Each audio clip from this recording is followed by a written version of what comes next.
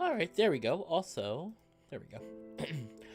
Hello, everyone, and welcome to another episode of Echo, which I haven't played for a very, very, very long time. I am really excited to get back into this. Though. It has been, like I said, it's been a long time. It's been a really long time. And, I mean, you know, I'm both excited and concerned to play this because, this is Echo. Um, Very dark visual novel, which is very different for me from usual furry VNs. But, yeah. I last time I checked, I haven't played this game in, like, what, 6 months, apparently? Which is a really long time.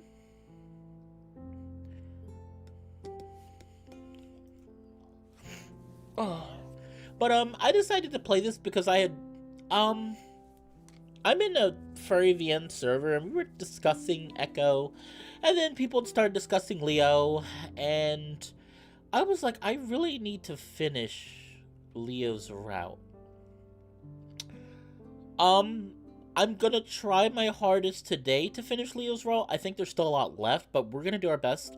If I need to, I'll take a break or two. But I'm gonna try to finish Leo's route today. I'm gonna get Echo. I want to wrap up Leo's route with Echo because I really do enjoy Echo, and I've been having a lot of fun, as much fun as I can have with a dark story like Echo. With Arches, and I want to kind of wrap up because I know Arches is technically a spin-off slash sequel, so I kind of just want to do more with Echo.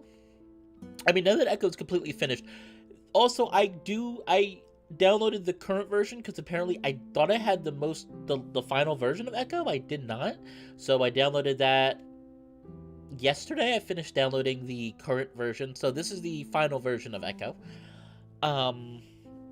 But yeah, we're gonna be finishing Leo's route. I'm gonna see if I'm going to be continuing on next.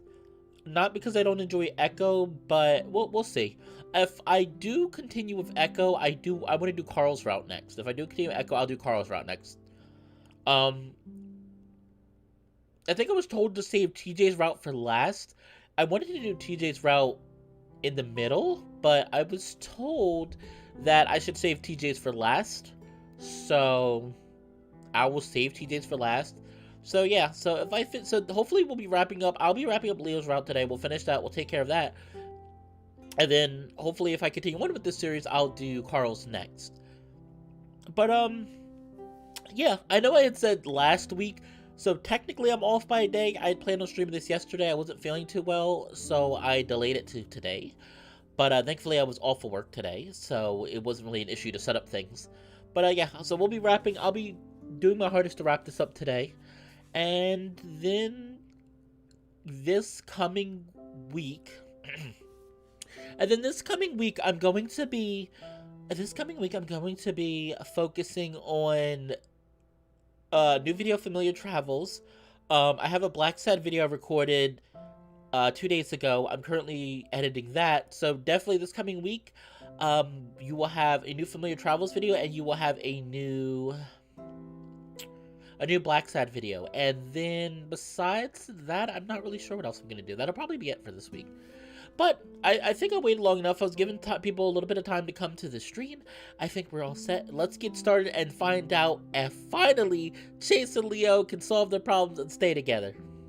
Also, quick disclaimer, please no spoilers in the chat. Like, I haven't played this. I'm new to this. Like, Echo, I haven't played. I don't know. I know very little about Echo. And I'm gonna be surprised. I don't want people to spoil things, so please, please, please, not just for me, but other people as well, please do not spoil. You can give your input on certain things happening currently or have happened in previous streams I've uploaded, but nothing new, please. I don't want spoilers, and I would like some of my viewers who haven't happened to play Echo not to be spoiled either. But without any further ado, let us continue. Load. December 24th. Okay, maybe not 6 months. I said 6 months, right? Okay, that's not quite 6 months. Oh no, I know it is because I don't know. I think I saved or something. It was weird. Anyway, here we go. Pretty sure this was the last time.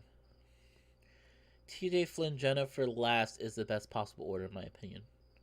Oh, okay. So actually, somebody. Okay, so you would say Jenna is. Okay, maybe I'll do it that right. Leo, Carl. You're saying save Jenna for last. Okay. Maybe I'll do that then. Maybe I'll save Jenna for last. I just want the most coherent story because I do know each route explains a little more about Echo and what's going on and the relationship between the characters. But I have to talk to my friend. I'll have to talk to my friend Blad. And see what he says is the best order. I know he's currently going through Echo. He's currently playing through Carl's route, actually. So, but I think his favorite character, he told me, is Leo, which makes me happy because I like Leo too. But a lot of people tell me he's not good, so we'll find out. But anyway. It's quieter this time around as we head out into the deserted night street. Seems like things have settled down a little at least. Kuduzu's fur is still bristled out on the back of his neck. I'm starting to worry about him. He's been tense, even considering the situation we're in. Keep your eyes peeled anyway. Of course. I've also been sensing a strange sort of tension between the two of them. It can probably be put up to the situation currently at hand, though. We're all on edge. I can see the motel a ways down the road, but ominously, the lights are all out. Duke is going quiet for the most part. I wonder if he's just given up or if he's planning something. Hopefully it's the former. I'm not really seeing anything out of the ordinary here. Trust me, things are fucked up. We passed a diner, the moonlight glinting softly off its metal edges. A dark, sick feeling sets in as I stare at the black windows. That's where it all started. Should we check to see if she's still there? Leo's quiet behind me for a moment, then clears his throat. Don't see why we need to do that. I don't know, to tell the cops about it or something. If the cops haven't been there, then I'm sure she's still in there. No use looking inside. Alright. Hey, it's gonna be okay, alright? Not for Janice. Leo doesn't say anything to that as we continue down the road, finally reaching the motel parking lot. Keep moving. I look behind me and see that Duke stopped, still looking back at the diner. I see something. What? Kuduzu stops too and looks back at us. Something. I look at the diner, but I see nothing moving in the windows or in front of it. It's way too dark to see anything in there anyway. Leo prods at Duke's back, but the weasel refuses to move, rooted to the spot. Am I gonna have to carry you? Leo lets go of Duke for just a moment, reaching up to turn him around, probably to throw the weasel over his shoulder. But before he can do that, Duke screams long and loud, and it raises all the hairs on the back of my neck. Before Leo can stop him, the weasel takes off into the night, away from the diner towards a grouping of trees and bushes on the side of the road. Leo curses and immediately goes after him. Kuduzu starts to follow. Don't follow me, wait by the car. Leo shouts over his shoulder before disappearing into the brush. Okay, there we go. Then, more faintly, and watch Chase. Kuduzu and I stare into the darkness, listening to the two of them crash through the brush before fading out into silence. After a few moments, Kuduzu rubs his head and turns to me. Well, guess we should get to the car then. I frown, not really worried that Duke can do much to Leo, but rather that they'll run into someone that could. Shouldn't be that hard to catch him. He's in handcuffs. Duke can be fast when he wants to be. Fuck. I feel like we should have gone with him. I keep staring into the darkness of the brush, and Kuduzu puts a hand on my shoulder as he passes. No, don't worry. Leo can take care of himself, especially when he's up against someone like Duke. A handcuffed Duke. Yeah.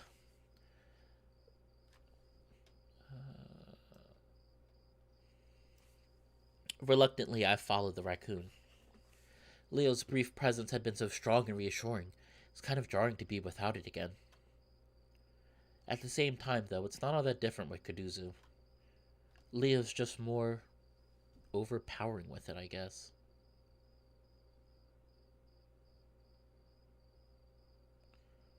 Oh, hold on.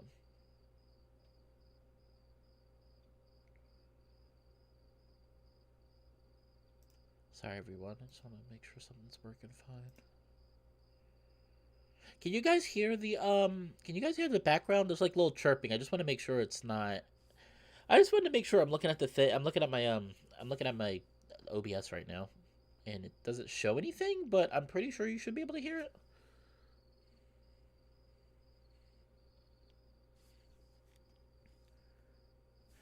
Okay. Anyway. Here we go.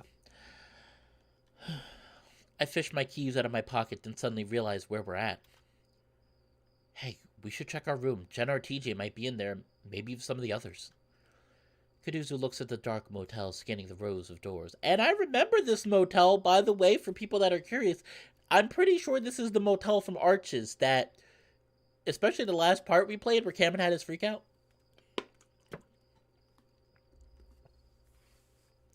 Kaduzu looks at the dark motel, scanning... I just read that. Yeah, we should, but... Okay, well, that's fine. If you could hear the footsteps, then that's fine. Yeah, we should, but I think we should wait for Leo. I don't really trust anyone right now. I realize he's implying that one of my friends could have gone insane too, and I also realize I can't blame him. From what I saw and what I've heard, TJ might be acting the same way as Duke. That thought causes my stomach to turn sickly. Listen, I gotta pee real quick, okay? Okay. I'm just gonna go over behind that corner. He points over to the side of the motel. No problem. I'm getting just a little annoyed that everyone is acting like I'm a little kid that needs to be watched. Cool. Be right back. Kaduzu does a little jog away before disappearing around the corner.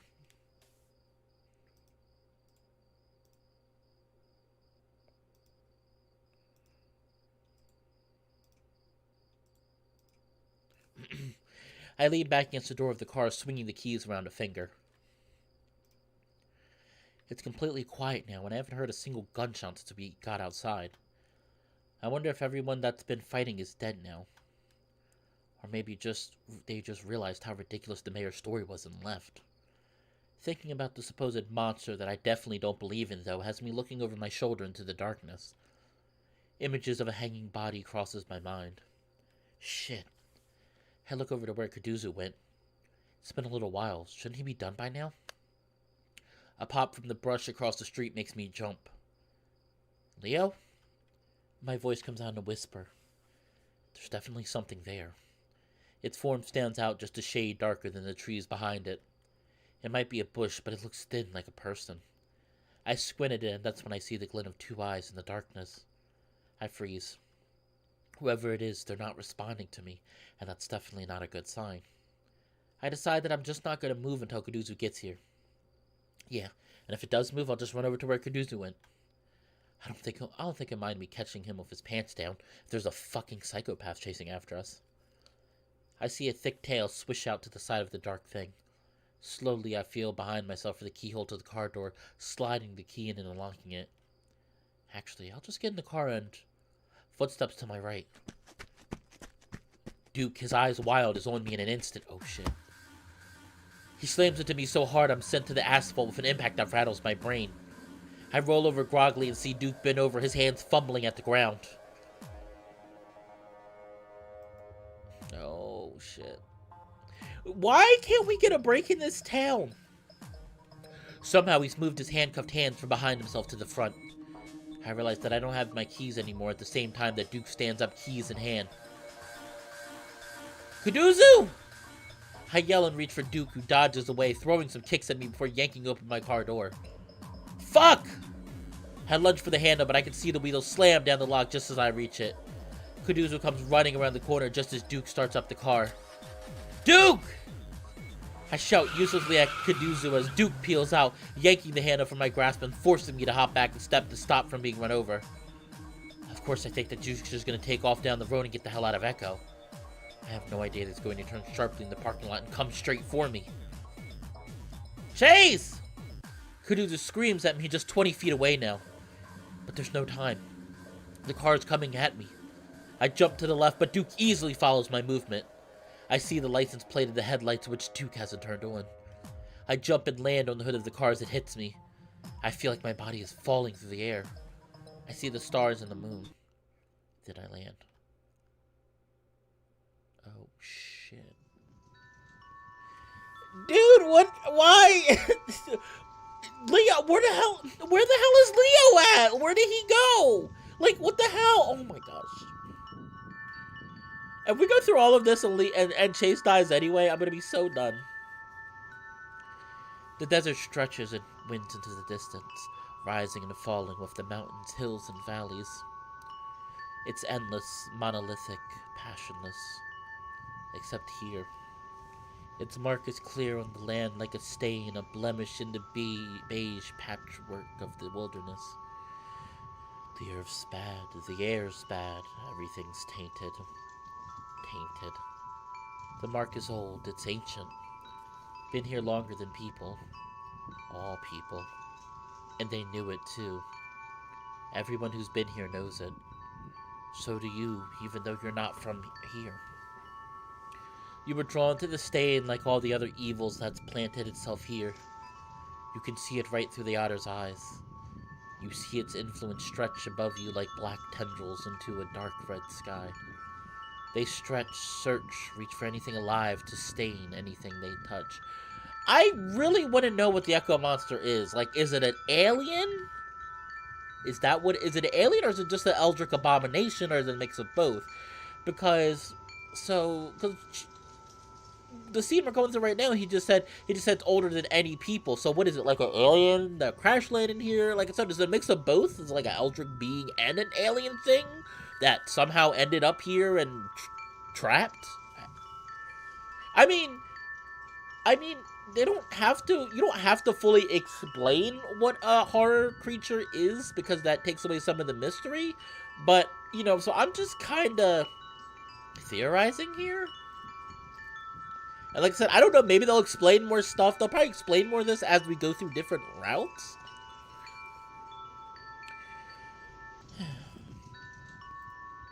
They stretch, search, reach for anything alive. I just read that. So it is, so it will always be. Chase! I stare groggily up at the face above me. A swirling mess of gray and black before I'm able to focus on the nose just inches away from my own. That crosses my eyes, which hurt, so I close them again. Chase! The voice is gentler this time, though no less concerned. I try to reach my hand up to assure whoever it is that I'm fine. I feel the soft, velvety sensation of an ear catch between my fingers, and the person above me stills. What happened? Are you guys okay? I mumble thickly past lips that don't seem to cooperate with words that don't seem to make sense. Are you? Are you? He hit you really hard. I feel a hand run over the top of my head like it's looking for something. Did you hit your head? I feel my own head, keeping my other hand resting on Kuduzu's head. That's right, Kuduzu. I push myself up suddenly, realizing where I am and what just happened. I look around to the night, the surreal feeling of regaining consciousness in a nightmare, making it all the more horrific. Shit, where is he? I try to push myself up, but Kuduzu holds me down firmly. Duke? He took off somewhere. Kuduzu looks around, his ears pointed up as if listening, before looking back down at me as I try to sit up again. You need to stay down for now. Something might be injured. I think I'm okay. Just a little bit out of it. Kuduzu gazes down at me, and for a moment I'm left staring into his deep, dark eyes. That's when the sound of feet slapping against asphalt breaks the spell, and Kuduzu looks behind himself. What the hell? Duke just... Kuduzu suddenly shoved roughly away, and I find myself held up in Leo's arms. What the fuck happened? Leo desperately looks me up and down as he holds me in his arms. Did he shoot you? What? No, he just hit me with a car. Just hit you with a car. Okay. Okay, alright, Chase. I wish I was so casual about somebody hitting you. It's just so casual about it. It's weird.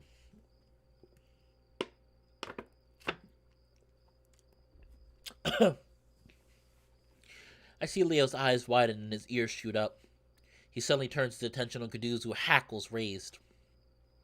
What the what the fuck were you doing, Cud? Why weren't you watching him? Kuduzu flinches back, then glares.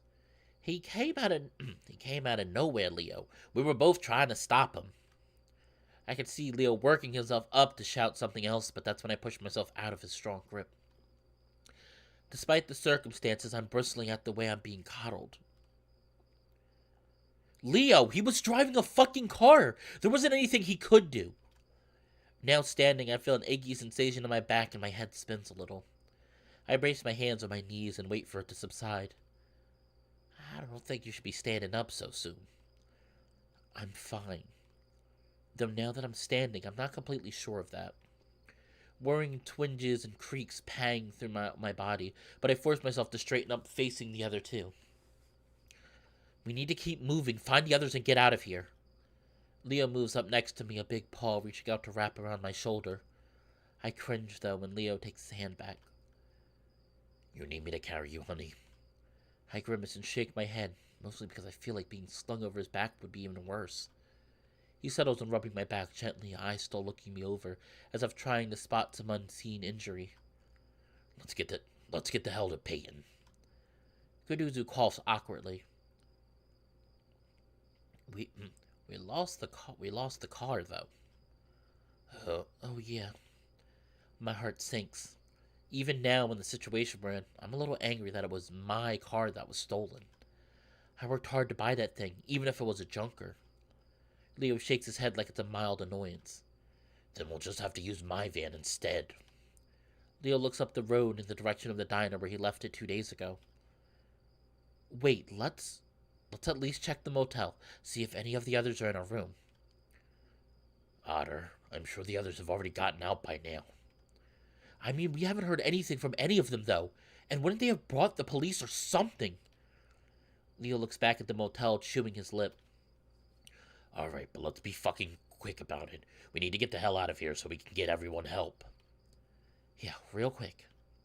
I reach into my back pocket, pulling out the keycard as I hobble in the direction of our room on the other side of the building. Kuduzu reaches out to me. You need help? Leo shoulders the raccoon aside as he practically jumps to my side, gently pressing a hand into my back again. Leo, you're being a jackass right now. Like, how? Leo's being a jackass right now. Like, I mean, God damn it. Like, I hate this because I like Leo, but then there's points stuff like this where I'm like, Leo, stop. Then there's point like this where I'm like, Leo, stop. You're being irrational right now. I mean, but then again, the whole town's crazy right now, and I don't know. I don't know. I guess he has the right to feel overprotective. Stay close, Otter. Not gonna let something like that happen to you again. I try to ignore the tension I feel building between the other two. More than anything, I'm annoyed at Leo. Why is he acting like this? Sure, he was always a little jealous, but right now, in the middle of this hellscape of chaos? I shake my head, allowing the wolf to guide me with his hand as we turn the corner to the motel. Kuduzu stays close behind us, and I look back at him and give him a small smile to show that I at least appreciated his concern for me. He gives me a short nod back, but otherwise doesn't say anything. Like most of the town, the back of the motel is completely deserted as far as I can see. Another pop that's probably a gunshot echoes in the distance, but I'm just thankful they aren't happening every minute like earlier. Again, I wonder if it's because everyone's dead.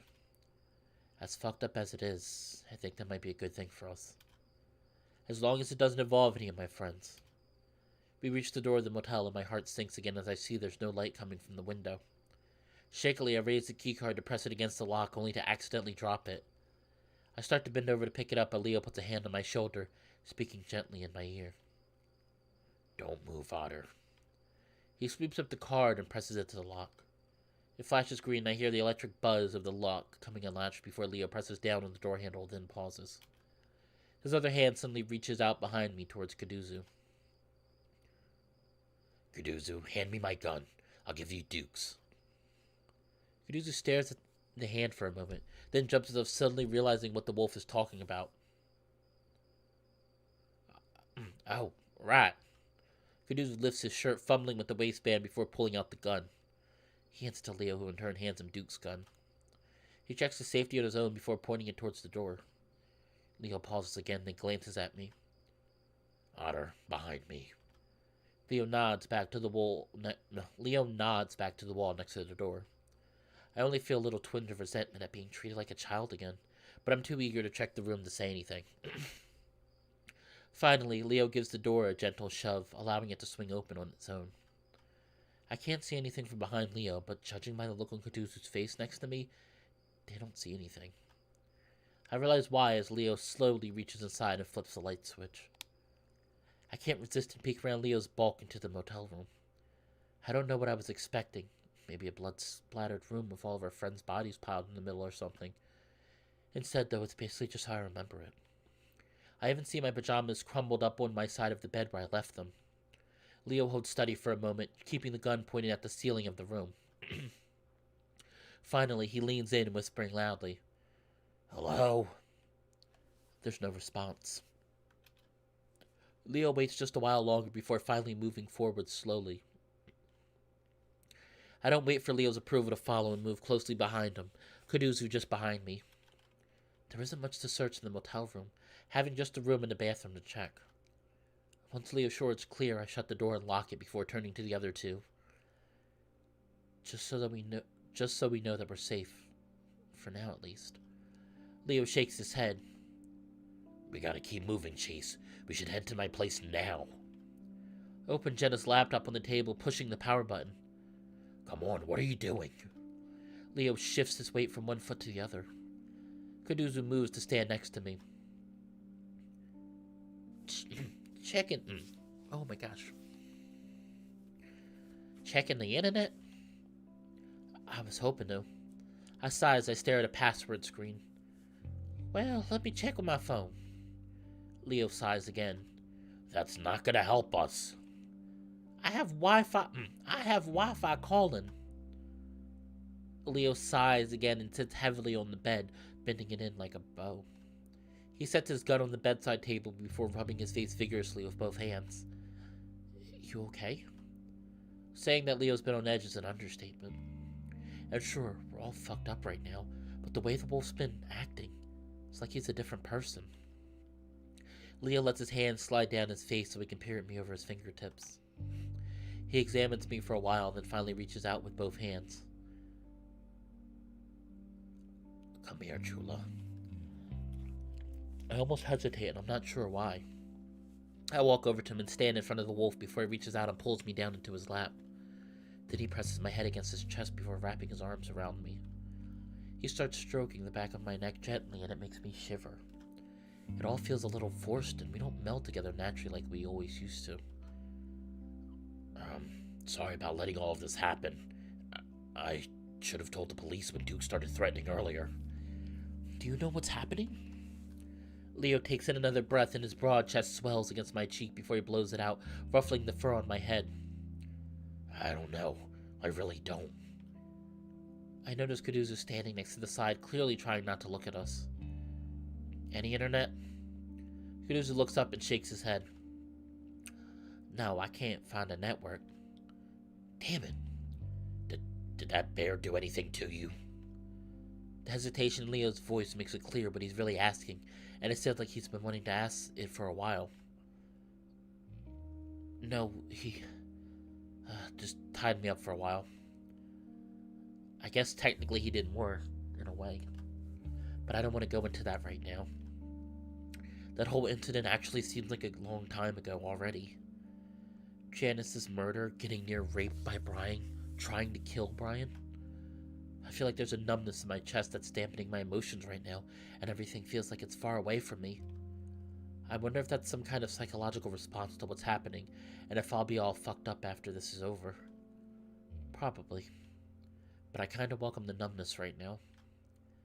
It at least helps me deal with what's happening a little easier. Jenna would probably be able to tell me what's happening right now if she were here. Of course, that makes me wonder where she and the others are. It makes me want to get out there and find them. Because as much as I want to get the hell out of this place, I feel kind of responsible for them. I did drag all of them here after all. I'm gonna get you out of here, I promise. Leo breathes in my ear and squeezes me a little tighter. I have to hold back a wince as a twinge goes through my back. I have a feeling that I'm going to be very sore tomorrow. I suddenly lift my head to look back at Kuduzu. What time is it?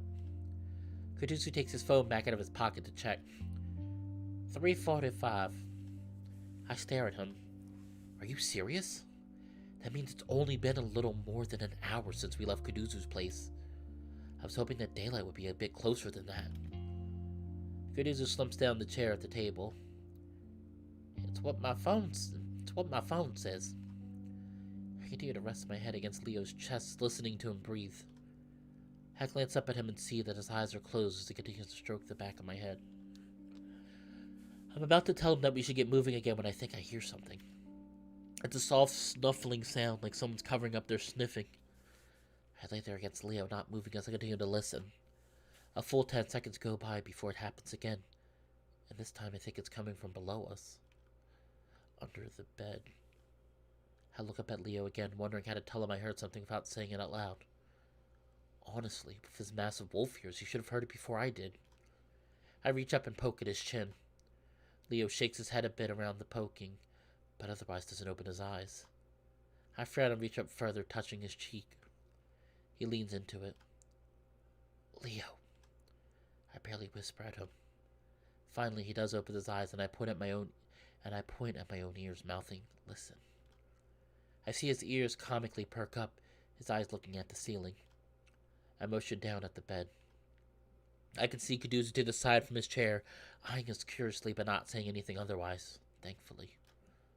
This time, the snuffling sound is quite a bit louder, and I feel Leo's fur rise up on his arms. That was definitely a person, or something living and breathing at least, and it definitely came from under the bed. Leo slowly and gently pushes me off his lap, motioning me away.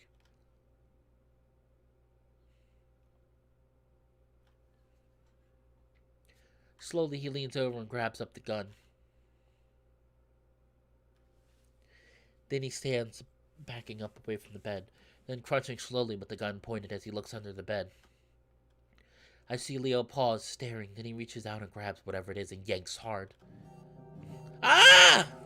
I don't know who the voice is from, so... The scream is loud and piercing. Whatever it was sounded like a terrified child.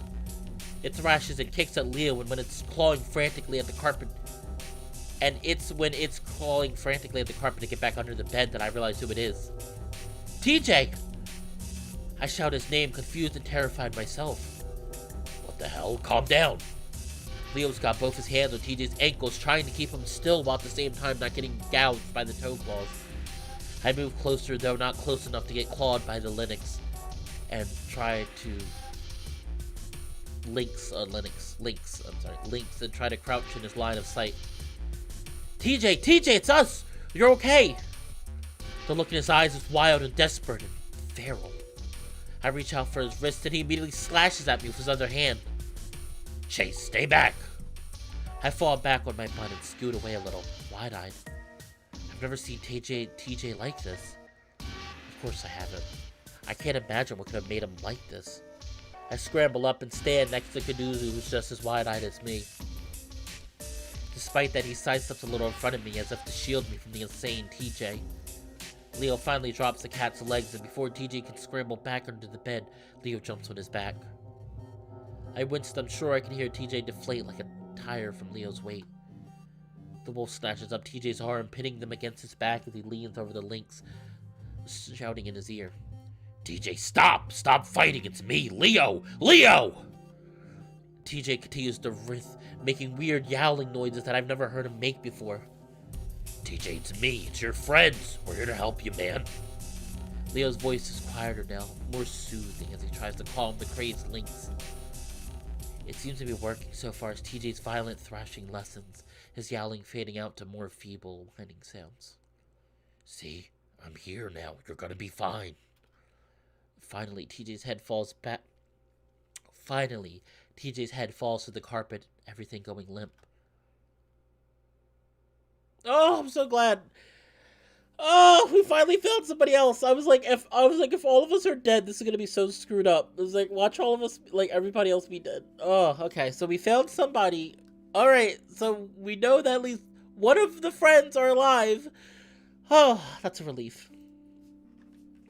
TJ sits on the bed, cross-legged, as he rests his back against the headboard.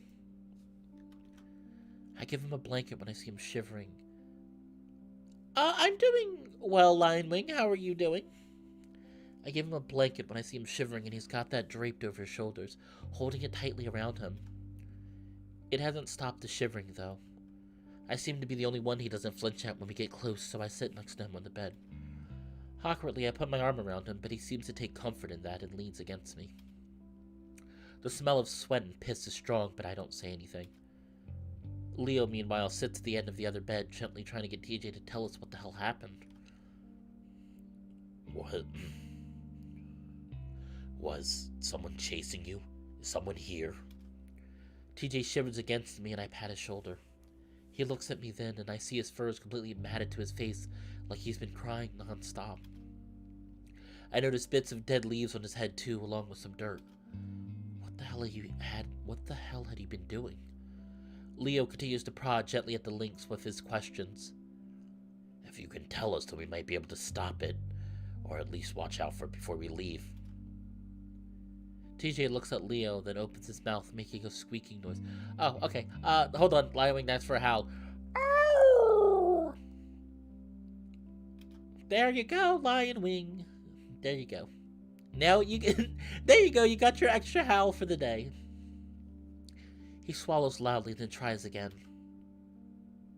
I think I remember what I did for TJ's voice. I think. It's been so long since we've seen TJ. It's just like the beginning. Do we have any water? It sounds like he has an extremely sore throat. I look over to the sink, but Kaduzu jumps off the chair he's sitting on and makes his way to it. He grabs up one of the small plastic cups before running the faucet. TJ watches him until the raccoon brings the cup back over. TJ drops the blanket around his shoulders and reaches out eagerly for the cup. We all watch intently as he loudly swallows giant gulps of water before lowering it from his lips and gasping for air. Leo smiles encouragingly. Careful, don't drown yourself. TJ stares and shivers again, much more violently. I grip him more tightly. Are you cold? I grab up the blanket and try to tuck it around his shoulders better. Kinda. Not really. I feel cold, but... TJ rubs at his chest. He's still trembling, and I realize he might be in shock. I don't know what to do for that. In every TV show I've seen, the person is just given a shiny blanket while they sit on the side of the road. So I just continue to rub his shoulder in circular motions, trying to be soothing. I wish Jenna were here. She'd know what to do. He leans against me again, though, so I feel like I'm doing the right thing. He holds out the cup to Kaduzu again. God, I get some more, please.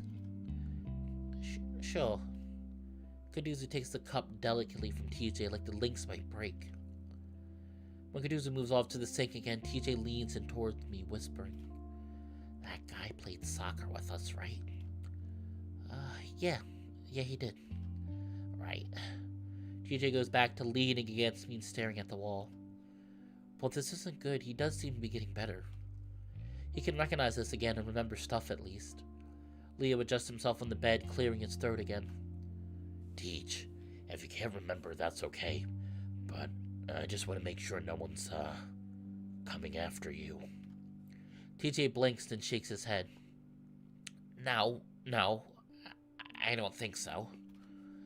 Leo waits, but TJ doesn't say anything more. No one?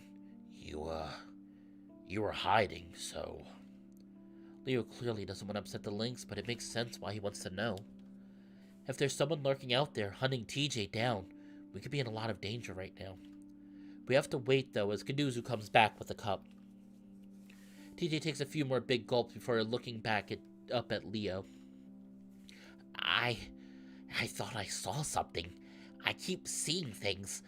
I think I need to go home. I stare hard at TJ, studying him. I don't know why, but I guess I thought we'd all be exempt from this hysteria.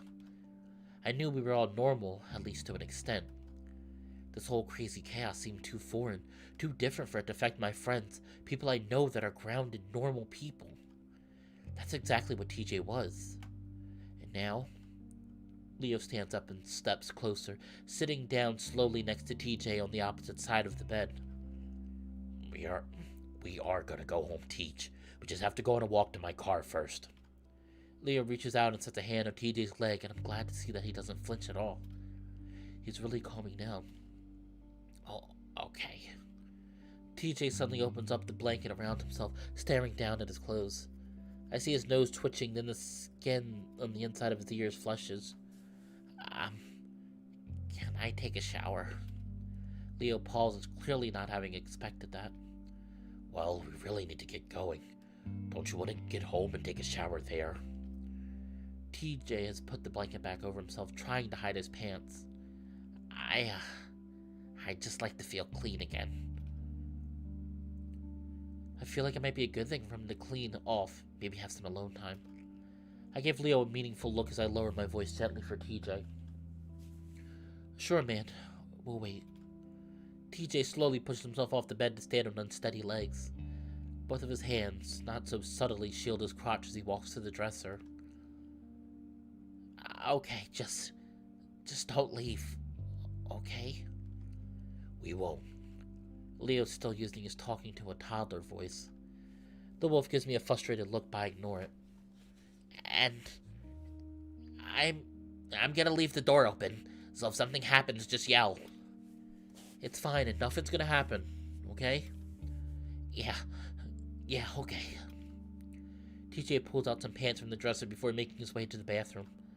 He keeps glancing back at us like we're going to disappear if he looks away too long. I try to give him a cheerful smile until he finally disappears into the bathroom. Yeah, man, TJ's probably freaked out. He probably suffered from the same hallucinations. He probably doesn't think we're even there right now.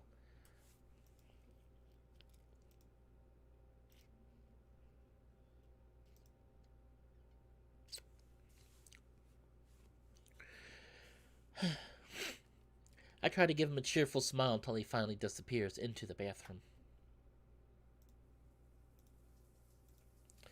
We sit around a sort of circle in the motel room, Leo and I on the beds, Kaduzu in the chair. We keep our voices low as we discuss what's going on, not wanting TJ to hear. This doesn't make sense. TJ's one of the most rational people I know. How is this affecting him? We don't know what's causing it, though. I don't know, I thought it was drugs or something. They all just took the same drug? I don't know. Or maybe they're all crazy because of drugs and something set it off. Well, TJ is religious. So if he believes in that, then maybe it could go further than that. I shake my head. No, that doesn't make sense. People in cults do it all the time. But he's not in a cult. It's all kind of the same thing if you think about it. Oof! Ow! Okay, I'm sorry, but whoever wrote this, what religion hurt you? Oh my gosh. Like, I'm not religious myself, but ow, that line is harsh. Ow. It's like... it's all kind of the same thing. Cult, religion, they're all kind of the same thing. Like, who hurt you, writer? What was this, Howley and, who was this, Howley and Mick Skinny? Who hurt you guys? What religion hurt you? Oh my goodness.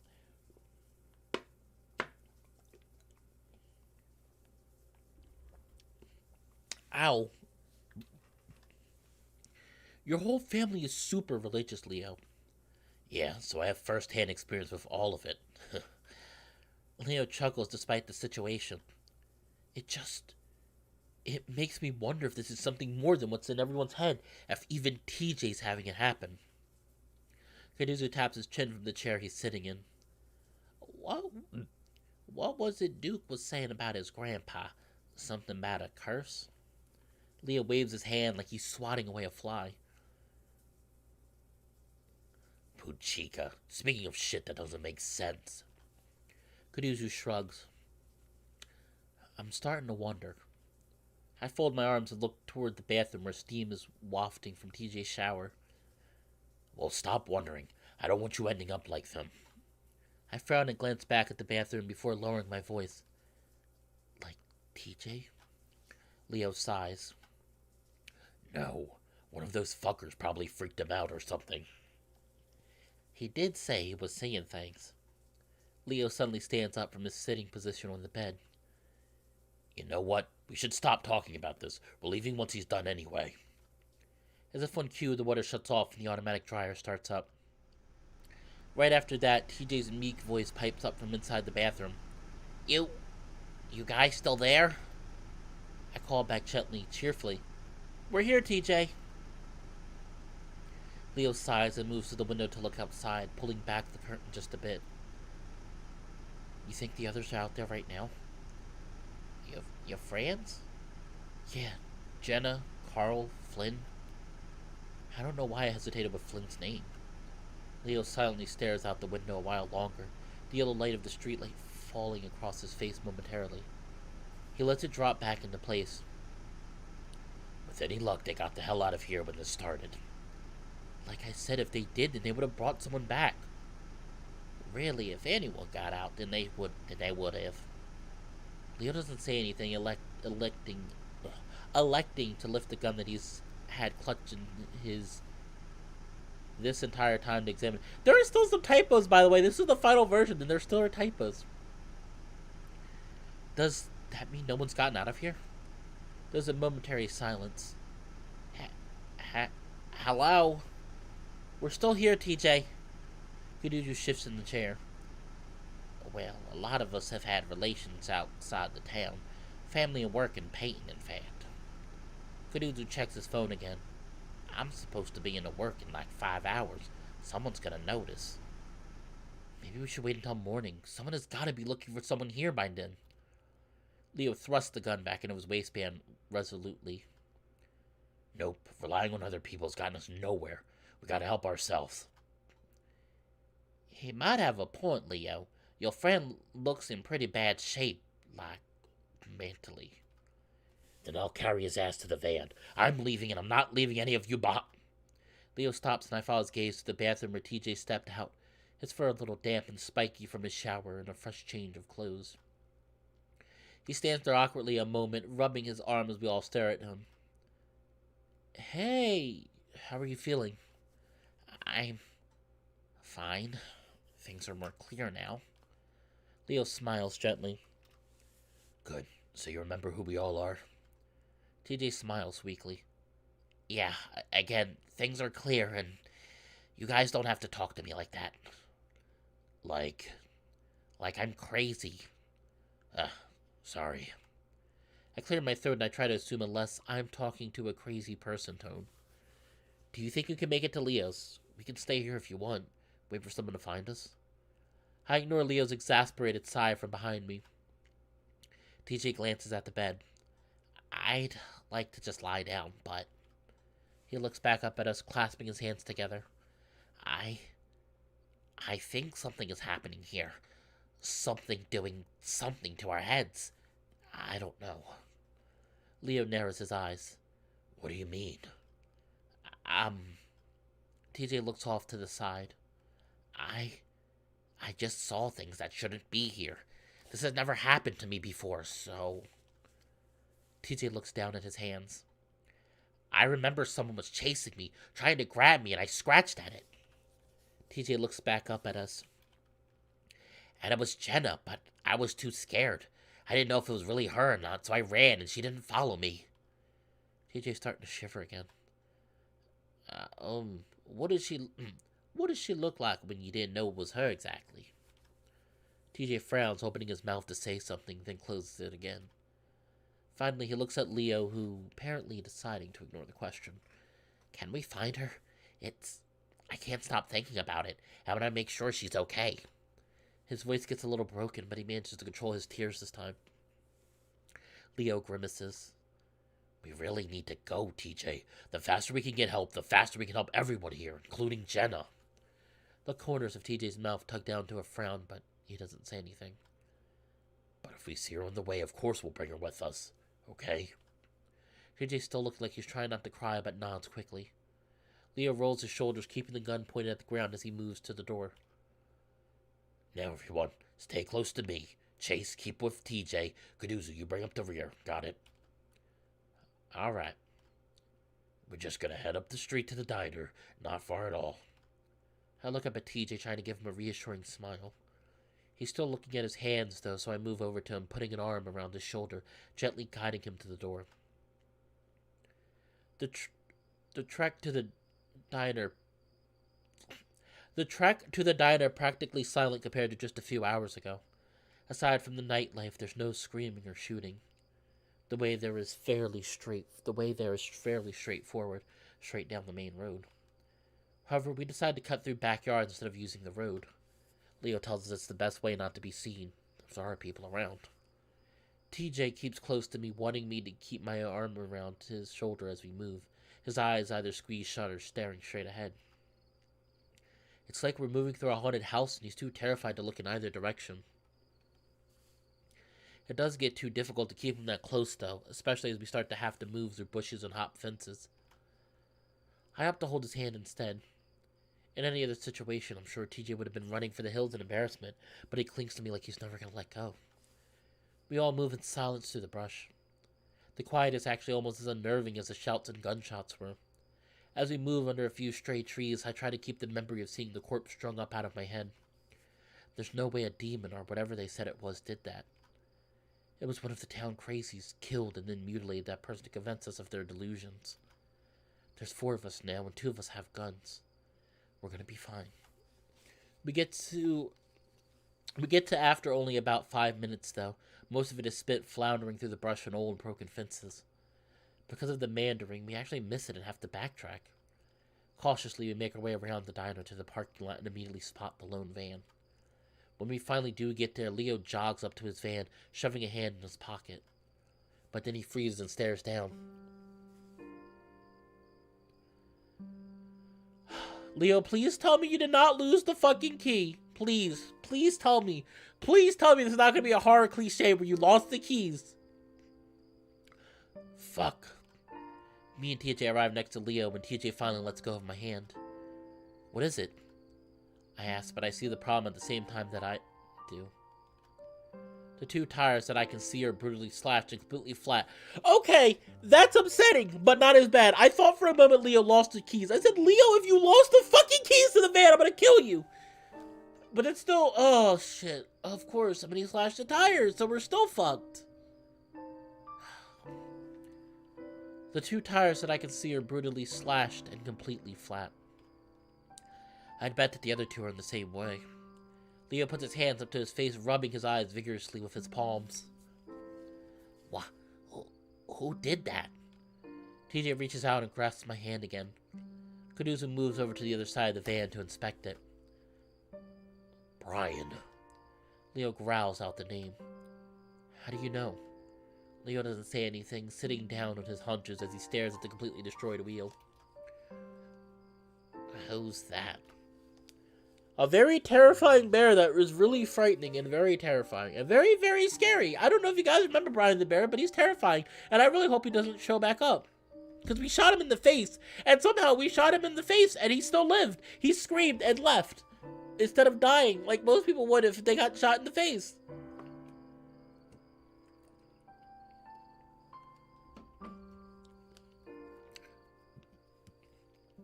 TJ asks us quietly from beside me, studying my expression. I wonder if I should tell him. Probably not. Him scared of seeing things is bad enough. We don't need TJ to be worried about an actual person who's out to kill us. I'd actually completely forgotten about the bear up until this point. If it truly was him, then we're even more dangerous than I thought. It's just another person that we saw. He was acting weird. It's alright. TJ doesn't seem to take much comfort in that, staring at the tires. Whether or not it was Brian, whoever it was had done a number on the tires, completely tearing the rear tire to shreds. Kuduzu comes from around the side of the van, shaking his head.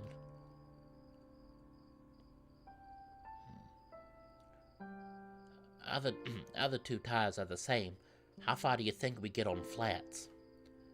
Leo lets out a ragged growl, standing back up. Not far enough. We'll probably get to the lake before the goddamn wheels fall off. Leo stands there thinking. Should we just go back to the motel? Leo shakes his head. No, I'm not staying here another minute. I'd rather start walking, actually. To the highway? That'd take half the day. Well, we'd at least be getting somewhere instead of sitting around here. I look down Main Street towards the darkness of the lake and desert.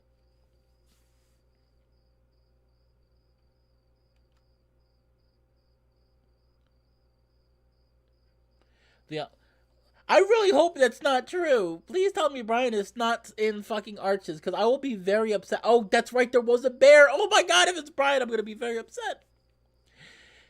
Oh, I really hope it's not Brian. I really hope it's another bear. The ominous feeling I get is overwhelming.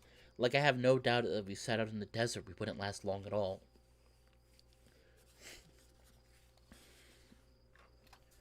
I don't know why. I shudder violently and TJ glances at me. He squeezes my hand and I find it funny how quickly the role of the one doing the reassuring has flipped. I think we should go back to the motel. Leo finally looks back at me and I see his expression soften. Hey, Otter. It's gonna be fine. I'm gonna get us out of here, okay? I notice the same tone he'd used with TJ earlier. He sets his hands on my shoulders, but I honestly don't feel very reassured. TJ pipes up from next to me. Carl's house has some cars. Maybe he's there and we can leave with him in the car. Leo looks out towards the hilltop where Carl's house is at. We can't see it since all the lights are apparently off. Maybe. If he's not there, we could just break in. I see TJ blanch next to me. Even now, he's battling his moral values versus our need to survive. I still just want to go to the motel, hole up in there and wait. Maybe sleep. I'd give anything just to be able to lie down somewhere safe right now. But now, with the new possible factor of Brian, I can see the benefit of getting the hell out of here now. Alright. Leo sets his jaw, narrowing his eyes. Let's go. Remember to stay close. We don't bother going off-road on the way to Carl's place, mainly because we'd just be trudging through sagebrush full of ticks at that point. Leo figures that since Carl's house is the only thing up this road, aside from through the canyon to nowhere, no one would be driving there anyway.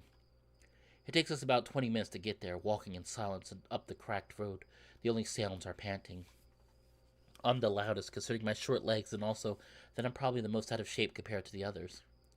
When we're close to the mansion, I look back down towards Echo. Only a few of the streetlights dot the small town. I don't see anyone on the roads near them. I see a window or two here and there with their lights on, but no movement from within. We only hear two sounds on our trek. One is a blood-curdling scream coming from the town behind us. A woman. TJ reaches out again for my hand when that happens, and I squeeze his comfortably. The next, a few minutes later, is a faint laughter coming from further away that rises in pitch before fading back out. I grimace, wondering if anyone else heard it, or if it came from inside my head. No one says anything, and I don't ask. By the time we reach the mansion, I'm covered in sweat, and I keep adjusting my shirt uncomfortably as it sticks to my chest and shoulders. The garage door is closed, and there aren't any cars in the driveway. I wonder if maybe Carl already took off. I hope he did. We stand in front of the door, and Leo holds out a hand to us, motioning us to be quiet. I watch his ears poke up to full extension before he moves to the glass on the door, cupping both hands over his eyes to peer inside. We wait a tense moment, and I wonder if maybe he's looking in on something horrific. But after a while, Leo pulls back, shaking his head. Can't hear or see anything. Maybe he left. He's with one of the others. Kuduzu offers quietly, standing just behind me. Maybe. Leo appears to be thinking hard, then he reaches out to the doorbell with an index finger. He hesitates for a full 2 seconds before pressing it. The fancy chimes ring softly from inside. I noticed Leo's got a hand on his gun, watching through the glass intently. I also noticed that not only is TJ pressing closer to me, but so is Kuduzu from the other side, his shoulder slightly ahead of mine. It's almost like he's shielding me. A minute goes by before Leo tries again. We wait another minute before Leo lets out a ragged sigh. Whether it's from relief or frustration, I'm not sure which. Considering what's happening, you'd think some people from the town would have come here to loot or something. Yeah. I look back at the town, its few glints of light staring ominously back. I'm able to suppress my shiver this time. I turn back just in time to see Leo try the door, and to my amazement, it opens. Leo seems surprised too and lets go to let the door slowly swing open. We all stare into the blackness beyond, a few lights from the TV glowing in the darkness. Should we go in? Leo clears his throat. Well, we gotta get the keys somehow. Leo steps inside, slowly, hand reaching along the wall to find a light switch. He finds it, though the light only illuminates the foyer, the housing going from goddamn dark to slightly less goddamn dark. It's just Carl's kitchen, though. Nothing seems to be out of place as far as I can see. I start to step forward too, but I can feel TJ hesitate on my hand. I look back at him. You alright? He's staring into Carl's house, his eyes wide. Yeah, I'm good. It's probably safer inside anyway, right? TJ swallows and finally steps in with me, Kuduzu following close behind. The mansion is pleasantly cool against my sweaty fur. There's something strangely comforting about something as simple as the AC still running. A sense of normalcy. Leo stands there looking around intently before moving to the cupboards. He starts opening drawers, searching the counter, looking for keys. I leave TJ to huddle on the couch before moving to the kitchen myself. Hey, can we look for Carl too? Leo pushes close, a drawer full of silverware. Closed. Yeah, give me a sec. I sigh. I'll be fine. It'll be faster if I look for him while you look for keys. Leo shakes his head. Gotta stick together. I suppress another sigh and move back to the living room. Somehow, TJ's already managed to fall into a doze, curled up in a small ball on the couch. How are you doing? I look over at Kuduzu, who's got his arms folded, watching me closely. I'm doing okay. Just kinda tense. Kuduzu gives one of his rare smiles at that. No kidding. Yeah. I glance over at Leo, who's starting to rifle through some drawers full of what looks like open letters. What's up? I look back at Kuduzu. I'm just thinking about Carl, if he's here or not. Ah. I glance back at Leo. Hey, Leo wants us to stick together, but... I look back at Kuduzu.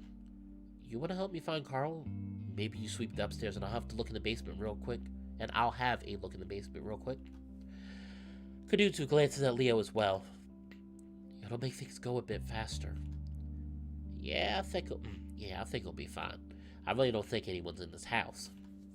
Kuduzu nods towards the window facing the town. From what I've seen, people are mostly wrapped up in their own issues. Yeah, I don't think anyone's interested in looting here. Well, alright, I'll take a quick look upstairs. I smile. Cool, I'll take a quick look downstairs. Oh, keep a lookout for keys too. And with that, we both move to the staircase. I give Leo one last glance to make sure he's not watching before we both head in our respective upward and downward directions. I flip on the light switch to head into the basement, and it's only when I stare into the dark hole I'm heading toward that I get the first inklings of fear. I shake my head, remembering what Kuduzu had said. If anyone's here, it's definitely only Carl, and that would be a good thing. If we can find him, we can bring him with us, and we'll be on our way out of this hellhole. I tell myself this as I bounce quickly down the stairs, wanting to get this over with as soon as possible. Now in the basement, I glance very quickly into the several doors down here. A storage room, a weight room, a video game room. I start to realize that if Carl's here, he's most likely upstairs, and I'm really just giving the basement a cursory check. I start to rush through, not wanting to take too long in case Leo notices, if he hasn't already. I reach the end of the long basement hallway, and I'm left looking into a smaller room. There's a tiny white wooden door that I assume leads to the crawl space. I stare at it for a moment, not even thinking to bother with it, until I see little white hoof prints. There are several of them, like someone came and went dozens of times in and out of the crawl space. I look back behind myself, feeling a chill run up my spine like someone's watching me. Looking back at the prints, I notice that the little door is just slightly open. Could Carl be in there? I remember that he went down here when we couldn't find him during the birthday party. At that moment, I catch a glimpse of something poking out from the door. It's skinny and hairy and very long, maybe 6 inches in length. I stare at it, wondering if it's a Halloween decoration that's stored under there. Chase? Leo's voice booming down the stairs makes me jump a foot in the air. I don't have time to stare at the black thing any longer and instead stumble down the hall toward the sound of Leo's voice. The icy glare directed at me as I move up the stairs actually makes me cower a little bit. I'm not used to having his monolithic anger directed at me. I told you to stick together. His voice rumbles out at me. Sorry, I found something. Well, Kaduzu did too. Carl's upstairs. What? The thoughts of the hoof prints disappear from my mind immediately. He told me you were down here. Come on. More gently now, he grasps my hand, pulls me the rest of the way upstairs. I'm expecting us to turn to Carl's room, but instead we go further toward the end of the hall. I think this is where Carl's parents' bedroom is. Carl's lying on the bed looking over at TJ, who's in the middle of talking to him from the side. He glances our way when we enter the room. Leo? Chase? He squints at us like he's having trouble focusing. Oh, I'm so happy! Oh, okay, we might find the whole group. Everything might be fine. We might have the whole group together. That would be great. I really hope it's true. I smile and sigh with relief. Carl. I move to the side of the bed next to TJ, and that's when I see that the ram is covered in a white-looking chalk substance. So he was downstairs! Okay, so he must have been in the crawl space earlier. It reminds me of the prince downstairs. It's all over his horns, and a bit of what looks like drywall is covering the pillow around his head. What happened? Are you okay? Were you just taking a nap? Easy. Leo says to me, so I shut my mouth. TJ reaches out and grabs up one of Carl's big hands. The ram just stares at the ceiling now, looking just as confused as we are. I look over at Kaduzu, who's standing a little off to the side, like he did when we were trying to talk to TJ. What happened? I mumble at the raccoon, and Kaduzu moves a little closer. I don't know. I just came in and thought he was taking a nap or something. I glance back at Carl, watching as TJ starts to gently pat his forehead. But he wasn't? Kaduzu shrugs. He was sort of... I don't know, he was sweating and mumbling. I kept calling his name, like, really loudly, to the point that Leo came up. Carl starts to breathe heavily and he covers his face. I think he's crying, so I step back a bit with Kaduzu, not wanting to crowd him as TJ leans over and hugs him. It wasn't until Leo touched him that he woke up, like, really suddenly. Huh? No, I'm fine. Carl lets out a weirdly shaky laugh as he sits up, wiping his eyes. I was just having a really fucked up dream. Felt like I was in it for hours, man. Carl leans back on his hands, staring at the ceiling again. I had a dream that the town went fucking insane, and then I ran back here and sort of just went downstairs, and then I was gone. Gone where? Carl shakes his head. I don't know, a hotel or something? A few hallways that went in circles, and I couldn't get out or wake up. Carl looks back at us. Even now, I don't know if I'm dreaming. At least there's people around. Carl shakes his head, a cloud of dust coming up from the fur. What are you guys doing here anyway? Actually, the town did go a bit strange. What, really? Leo seems to hesitate, clearly not wanting to rile up Carl more than he already is. Yeah, but we're trying to leave. Actually, that's why we're here. We need a car. So what I saw in the town, however long that was, It really happened? Maybe. Like, people were running around shooting and stuff. Leo doesn't say anything to that. Why do you need my car? What about your van? Uh, it broke down. Carl narrows his eyes. How? Listen, we'll tell you everything on the way. We just need to get out of here now. TJ picks up some of the bits of white chalk from Carl's head fur. What's all over you? Carl runs a hand over his head, breaking it away to find it covered in white dust. Ran into the wall. Ow. Carl suddenly points at my arm. Dude, what happened? Huh? Oh. I lift up my arm and remember the cut that I got from the broken window. The fur is heavily matted down with blood, and the jagged cut is still oozing a little bit. Long story. We'll explain like Leo said. The ram stares at the cut, so I lower my arm. It seems to be finally settling in for Carl that things are not right. I've also realized that none of us are immune to the new hysteria setting into the town. Is this what it was like for all of those people living in this town over 100 years ago? I managed to think humorously to myself that I actually did do what I set out to when I started the project. It's pretty clear that it's happening all over again. So, you got your keys? We need to get the hell out of here and get this town some help. Yeah, I'll get them from my room. We pull quietly out of the driveway in Carl's car, which makes almost no sound since it's a hybrid. Leo's driving, of course. Carl's still woozy, and Leo actually had to help him walk around to find the keys. I sit in the back between Carl and TJ, while Kuduzu sits in the passenger seat next to Leo. I had overheard Leo mumbling to Kuduzu to sit next to him while I helped Carl into the car. Something about them needing to be able to get out of the car quickly with their guns if things went down. Leo doesn't floor it like I expected him to, but we moved down the bench of the mountain and through the town speedily enough. I see TJ look out his window intently, and I can almost imagine to see if he can spot Jenna, maybe even Flynn.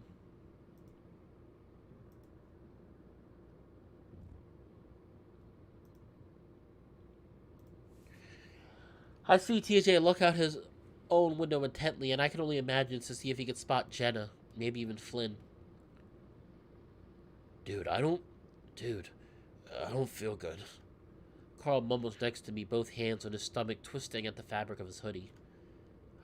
Just puke on the floor if you have to. I don't think Leo's gonna stop. Carl leans over and puts his head between his knees, groaning. That gets TJ's attention. He starts rubbing the ram's back slowly. Good thing it feels like there's nothing in me. So what the hell is going on? Where's Jenna? TJ frowns. We don't know. What happened then? I take a deep breath, trying to figure out how to explain. Well, we're not sure what's going on everywhere, but on Saturday while I was at the diner with Leo, I go through my story as quickly as I can, explain to Carl what's been going on. The rest of the car is quiet, so I get anxious when I get to the part about Brian and skip over it as much as I can. I only mention that he held me there for a day. By the time I finish, we're already passing the lake.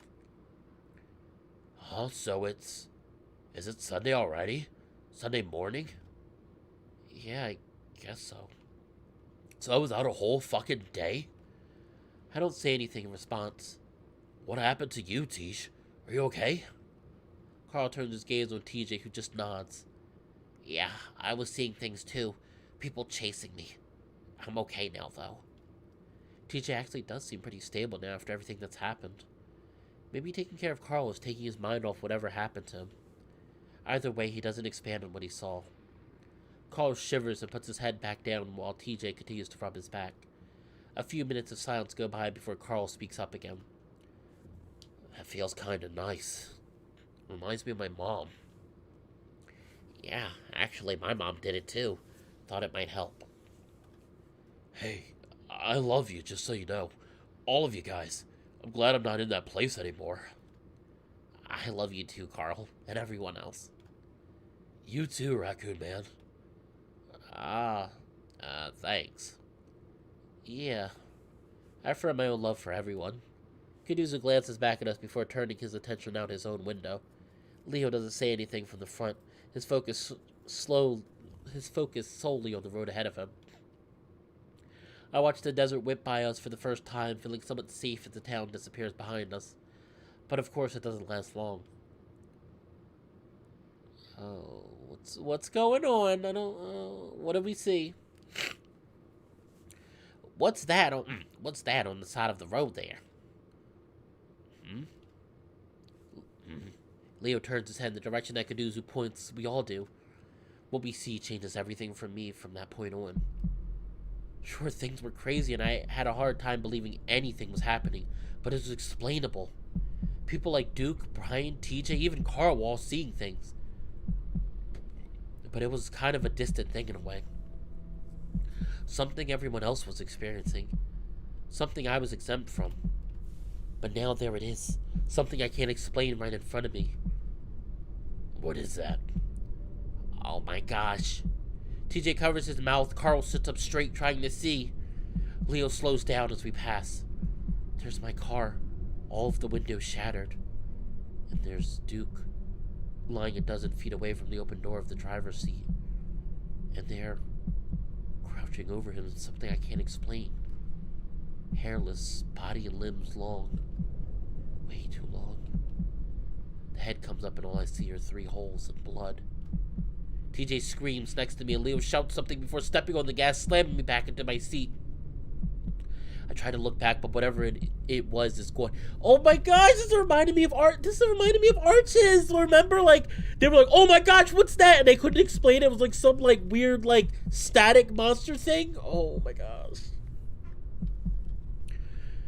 At least it's gone from where it was because I see something move next to my window. And I turn to face it. And it stares back at me. But only for a moment. That thing, whatever the fuck it is, disappears almost the instant I register that it's there. I'm only staring out into the blackness of the desert. Still 3 holes, 2 eyes and a mouth blink back at me in a sort of after image before that too vanishes. What was that? What was that? TJ's grabbing my arm, claws digging painfully into my skin. I'm too shocked to even pull away as TJ leans forward next to me, staring out my window. At least I know I'm not the only one that saw it. TJ squeaks again when no one answers him. What was it? I don't know, some kind of animal, maybe? I've never seen anything like that before. Could have had a disease, lost all of its fur or something. Maybe Duke hit it. But it was walking! TJ's arm is looped around mine and I can feel his body shaking. I look over my shoulder through the back window.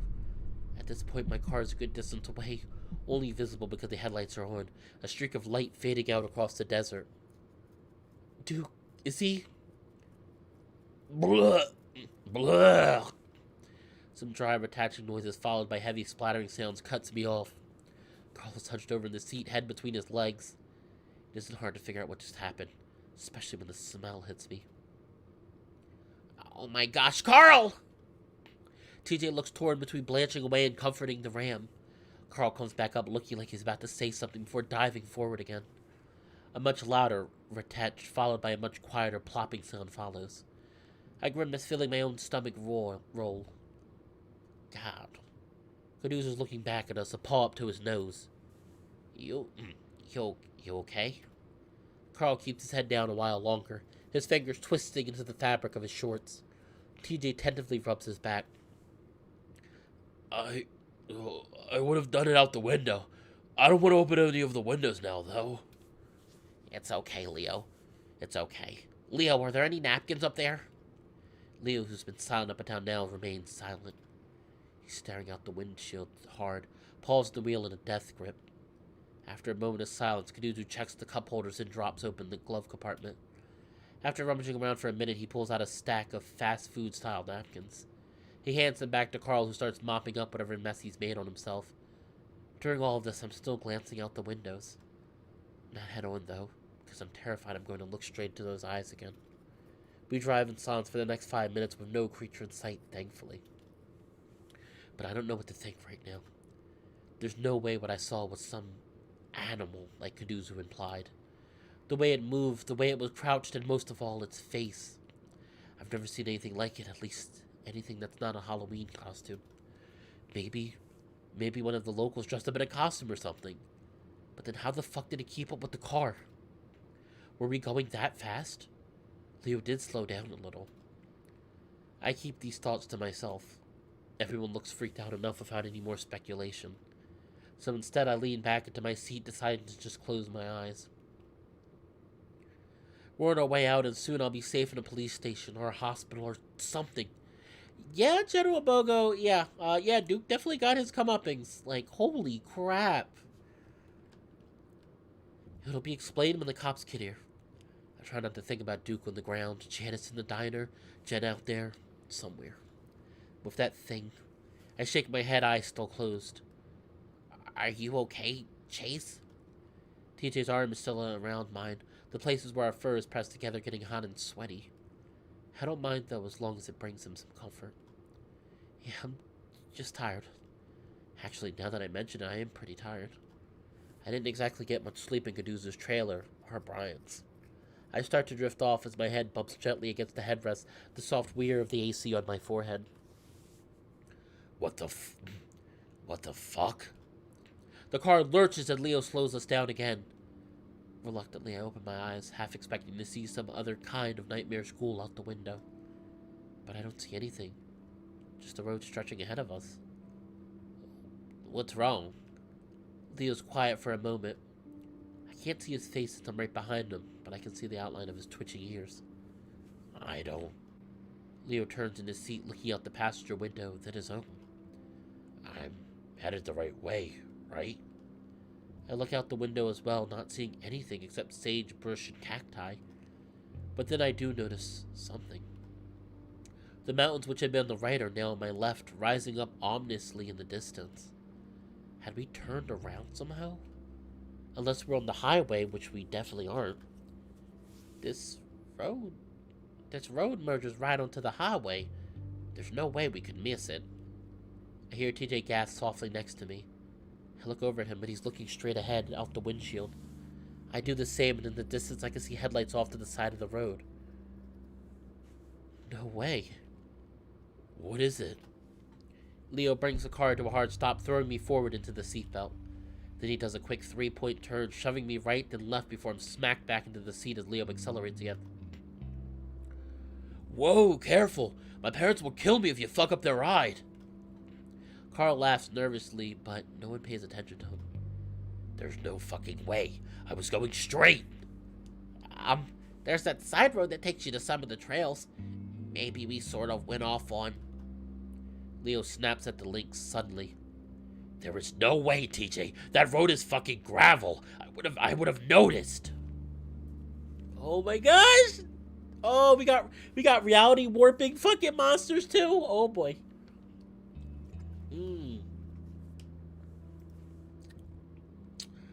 Oh boy. Leo was hunched in his seat like an angry dad, staring out the windshield, his ears practically dancing on his head. I can feel TJ trembling, so I lean into him a bit, letting him know that I'm there. It's clear that Leo doesn't want any talking, so we're all quiet. This time I keep my eyes open, staring out the window in case Leo did get sidetracked somehow.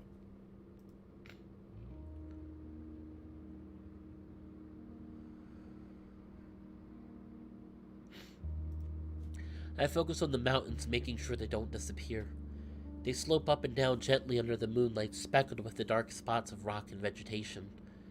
Vaguely, I remember back when I'd been obsessed with skateboarding and had always imagined myself skating those slopes on car trips to Peyton. Up and down, up and down. If only Echo had anything like that. The only slope we had was the one down from Carl's mansion, and it was way too big. I'd tried to skateboard down it once, but that had ended in disaster when... I blink, staring out the window as the mountains just disappear, slope down into nothing. I squint, then I look out Carl's window. Sure enough, mountains. Leo. I know! Leo speeds up instead of turning around, though. This is fucking possible! What are you doing? DJ's claws come out against my skin again as he gets that scared cat look in his eyes. Leo mumbles, mostly to himself. There's no way we're going back to Echo. Leo, slow down a little. Leo lets out a small growl, but relents and TJ's grip on my arm loosens some. I'm gonna keep going until I see that car, because I sure as hell didn't turn around that time. The tone in Leo's voice keeps any of us from arguing. Though I hate to admit it, something about his demeanor has me just as scared of him as I am of whatever's out there. Another minute of driving, more awkward silence, then Leo hisses through his teeth. Straight ahead of us, the headlights appear. What? I must be dreaming. It's like we're stuck in some kind of loop.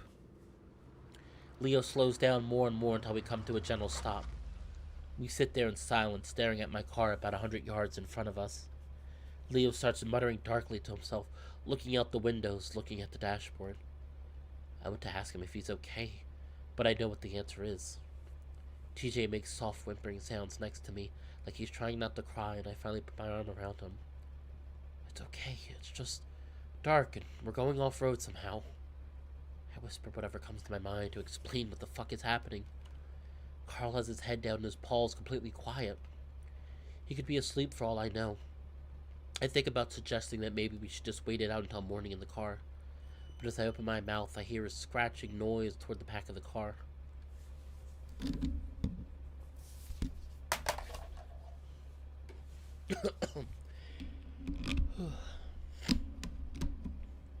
TJ's ears perk up, which lets me know that I'm not the only one.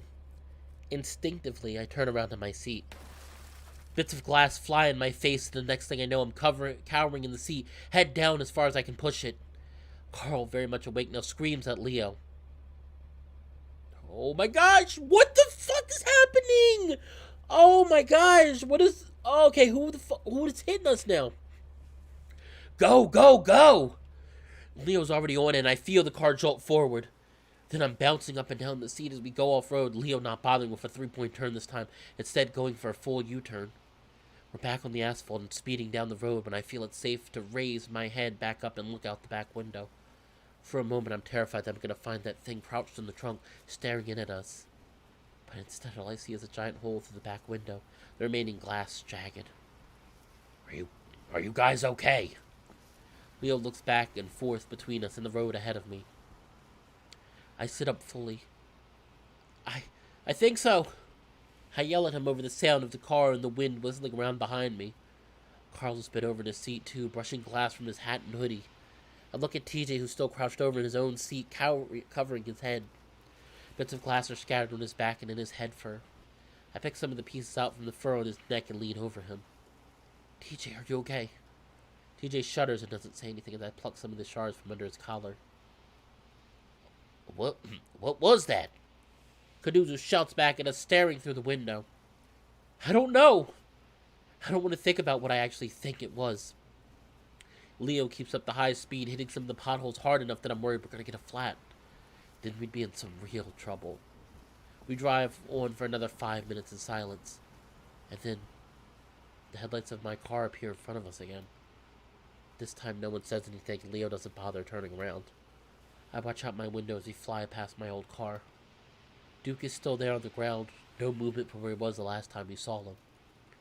Since this is the area where the creature seems to be prowling, I look out the back window. I want to be ready in case it tries to come through again. But nothing happens.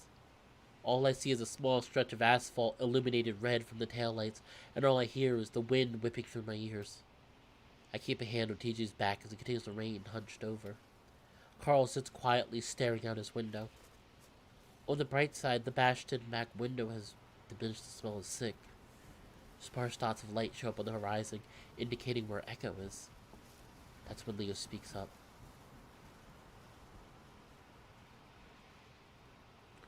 Alright, what we're gonna do is head back to my house. You guys can get some sleep while I figure out what to do next. Leo pauses, but no one says anything. Sound good? Yeah, not much left to do. Leo grunts and hunches forward in his seat again. There's a sinking feeling in my stomach at the thought of going back to Echo. There's the comfort of at least not being out in the wilderness, but I wonder if that's much worse than a town, even with that creature prowling around. I stare at my window, watching the mountains move slowly but under the moonlight as we turn onto Lake Emma Road. I'm wondering if taking one of the mountain roads out of town would be worth it, whether we have enough gas when it happens. A crouched figure sits on the peak of a hill just about 50 feet from where we are. I squinted it, just barely able to make out what looks like shoulders and a head hunched up under the light of the moon. I'm directly across from the thing when I open my mouth. Oh my god, what is that? Oh, I can't tell what it is! Oh my gosh, what is it? No, what is that? Oh, I can't tell. Oh, I don't like that. I don't like that. Oh no, but I'm barely able to make a sound when it moves. It dashes down the hill in the blink of an eye, covering the distance between it and our car in a matter of 2 seconds. Oh shit. One moment I'm staring at a tiny black figure, and the next it's right up against the car, smashing into the side between Leo's door and mine. My head smacks into the glass and I see a flash of white.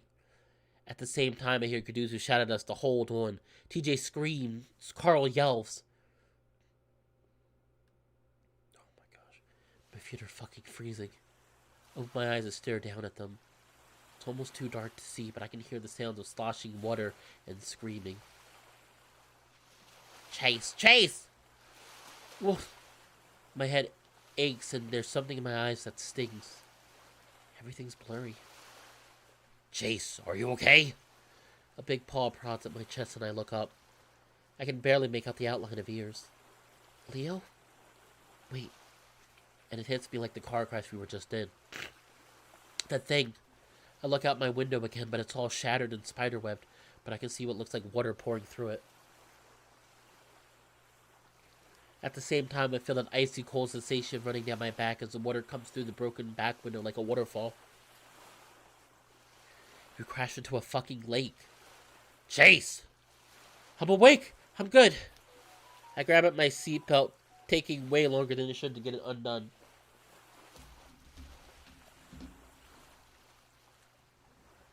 All the while, there's a bizarre, feral howling sound next to me, and I don't realize that it's TJ until his claws find my chest and arm and dig in. Ow, TJ, stop! Calm down! But he doesn't even respond, continuing on with that god-awful sound. Through the window!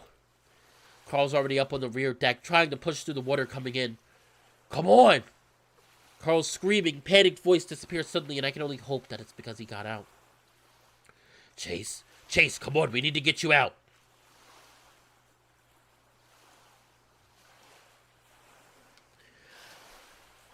I don't know. I don't think it's the...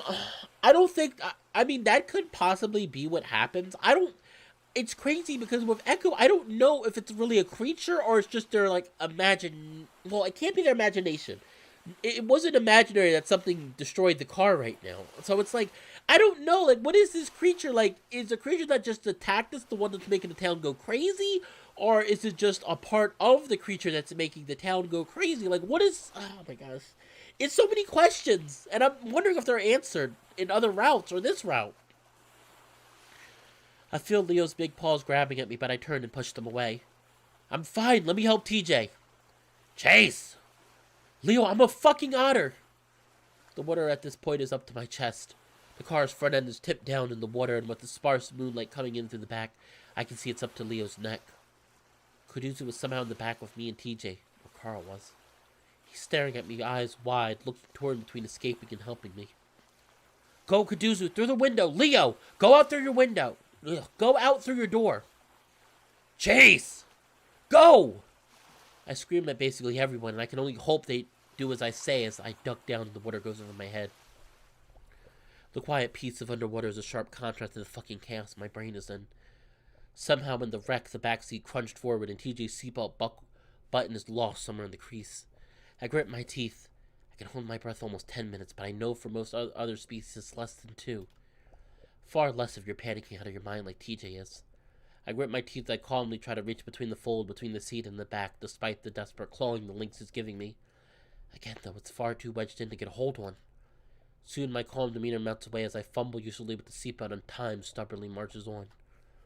I feel myself start to panic as I just grab TJ around the body and yank as hard as I can. But it's no use at all. And when I pull on the chest strap, it's jammed and I can't get any slack. TJ's grasping and clawing starts to become weaker. I try to think of something to use to cut the strap, but there's nothing. Maybe a shard of glass? I move up and away from TJ toward the back window, trying to ignore how he weakly tries to clutch at me. And as I reach up to the seat, no, my hand slips between the headrest and the rear deck. I reach in further and realize it's the trunk of the car. With a lunge, I reach down and feel on the bottom of the seat back. My paw runs up against something hard and metal, and I know I found what I'm looking for. I grab up the buckle and unlatch it. Swimming around as quickly as I can, I grab the strap across TJ's chest and set my feet against the seat.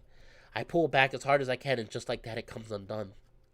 I scoop TJ up, his limp body giving me an extra burst of adrenaline as I set my feet against the back of the driver's seat and push out.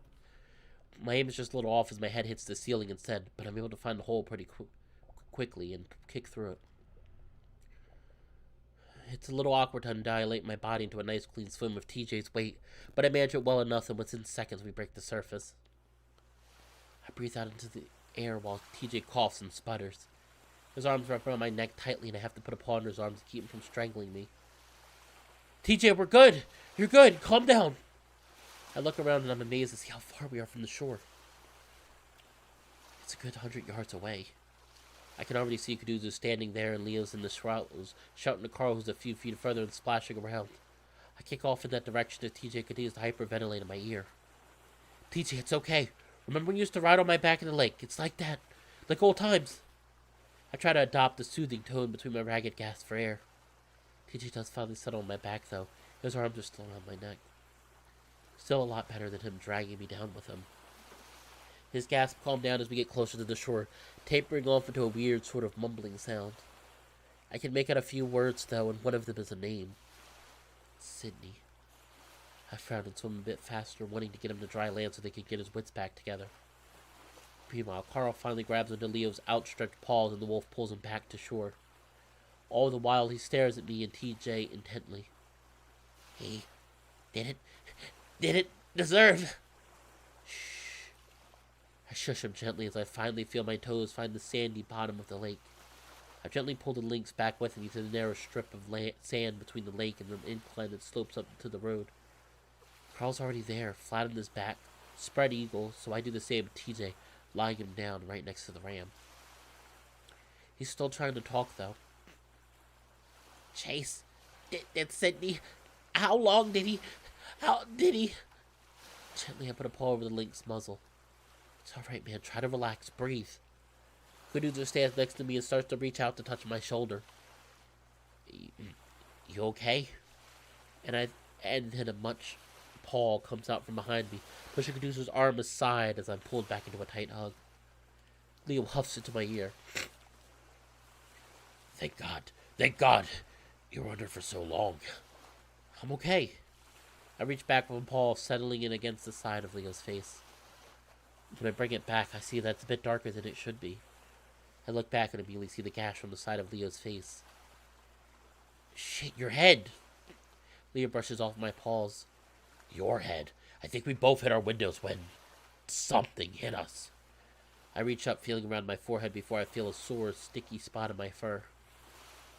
It isn't a bad cut, but it's definitely leaking a good amount of blood. It was that thing that we saw next to Duke. I saw it standing on a hill and it just ran at us. I look over Kuduzu, who's moved to stand over Carl, his arm tugging his chest tightly. Kuduzu, are you okay? I'm fine. His response is tense and a little high-pitched. I don't know about Carl, though. He had a little trouble swimming back. Carl lets out a choked cough in response. I gently pull away from Leo and kneel down next to the ram between him and TJ. He's conscious, luckily, though his panting is a bit shallow. I see a paw gently on his head. I set a paw gently on his head.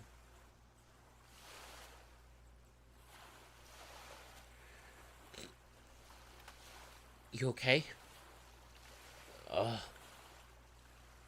Yeah. He says it like he's asking me a question. You sure? I mean, yeah, I'm breathing. I didn't mean to leave you guys, but it's fine. Stangles would have made things way worse. It's strange to me how collected I am right now. I guess it's that same numbing feeling that I felt since escaping Brian's trailer.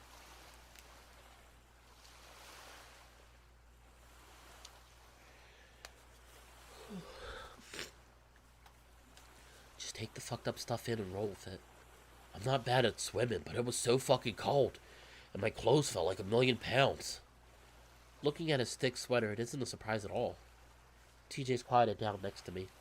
His eyes are open, staring up at the sky as he coughs quietly. They're so wide and glossy. I can see the reflection of the stars twinkling in them. I tentatively reach out and rest the paw on his head, like I did with Carl. TJ barely reacts, continuing to stare up at the sky. Tej? I feel Leo's huge presence crouched down next to me as he gets close and whispers in my ear. Listen, we should get going to my house. I don't like being out here, especially if that thing really did do it. But TJ, I don't know if he's able. I'll carry him. And he does, scooping the lynx up in his arms like he's a baby. Alright, come on. We can rest at my house. Let's just get the fuck out of here. Leo starts tracking up the rocky slope. Kuduzu and I wait for Carl, who lies on the ground a moment longer before finally rolling over and getting laboriously to his feet. I hold one hand and Kuduzu holds the other, and together we make our way onto the road and back into Echo. The walk to Leo's house is short, only about 50 minutes, but it feels like it takes much longer than that. Every tiny sound makes me jump, and I'm steeling myself for the moment when I see that creature again. Nothing happens, though. No screaming and no gunshots. Aside from the crickets, the town is dead quiet. Still, we keep to the shadows, cutting through some backyards and sagebrush, probably picking up dozens of spiders and ticks along the way. It's funny. Despite everything that's going on, spiders are the biggest thing that are in my mind as I push through the branches and foliage. Finally, the wolf's small house appears out of the dusty, dark night. Leo walks ahead of us with TJ. TJ has to walk on his own halfway here, and now he's clinging to Leo's hand like a kid afraid of getting lost at the mall. I don't blame him. As we're walking up to the house, though, Leo stops. Kuduzu, Carl, and I crowd behind him. What is it? Leo puts a finger to his lips, then points at the window on the side of the house. It's broken. Shit. Leo lets go of TJ's hand and makes a stay here motion with the other as he starts creeping toward the house. With some difficulty and a few awkward sounds, Leo pulls his gun out of his wet pants. I scream internally at the thought of Leo going in alone, but he is the only one with a weapon now. Apparently, Kuduzu had lost his during the whole lake incident, which Leo was pretty pissed about. Leo tries the door, then disappears inside, reaching out to make sure the screen door doesn't bang shut behind him. And then he was gone. We stand there in the silence a moment, then Kuduzu whispers, Hey, let's stand back to back just in case. Yeah, okay. Kuduzu turns toward the road while I face towards Leo's house. Carl and TJ stand on either side of us. TJ hasn't said a word since Leo put him down. Ever since what happened at the lake, something in him snapped. Maybe we should have just gone up to my place. Carl gazes up sadly toward the mountains, his mansion somewhere hidden in the darkness. I don't know. If someone broke into Leo's place to steal stuff, they definitely want to do the same to yours. Knowing this town, Kuduzu is probably right. Most of the people here resented Carl's family and the way their mansion looked over the whole town. Like they're taunting us, people would say. I keep my eyes on the house, trying to see through the black windows. Leo hasn't turned any of the lights on, of course, so I can't really see anything. Listening doesn't bring any clues either. So, what do you guys think that thing was? I don't know. I still think it was a kind of animal. It practically bit the car in half. I say it out the side of my mouth away from TJ. Maybe we should go inside. Probably safer in there, even if there is a burglar or whatever. Didn't the mayor say something about it, like that it only kills if we're trying to leave? I glance back at Kuduzu. Is that what she was talking about? Kuduzu shakes his head and shrugs his shoulders. I really don't know, Chase. So we go back to waiting. I'm about to mention that maybe we should move closer to the house just in case when we hear a scream. Oh boy. It comes from inside Leo's house and it definitely doesn't sound like Leo. Carl squeaks next to me. Shit! I'm already running up the stairs, though, and I hear the others following closely behind. I push through the door, almost running headlong into the bench where you're supposed to take off your shoes.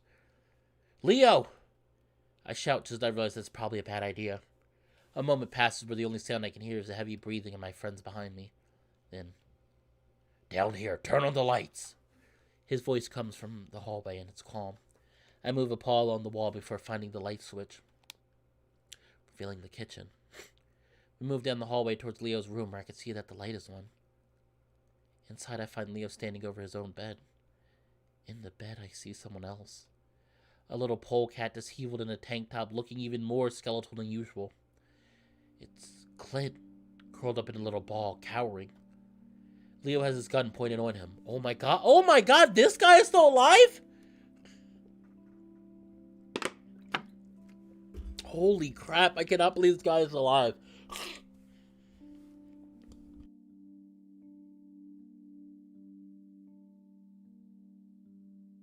I'm trying to remember his voice. I don't remember his voice.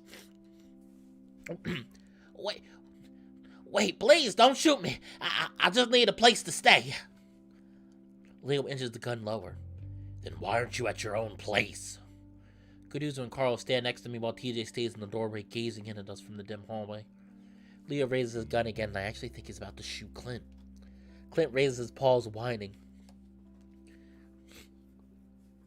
Oh boy.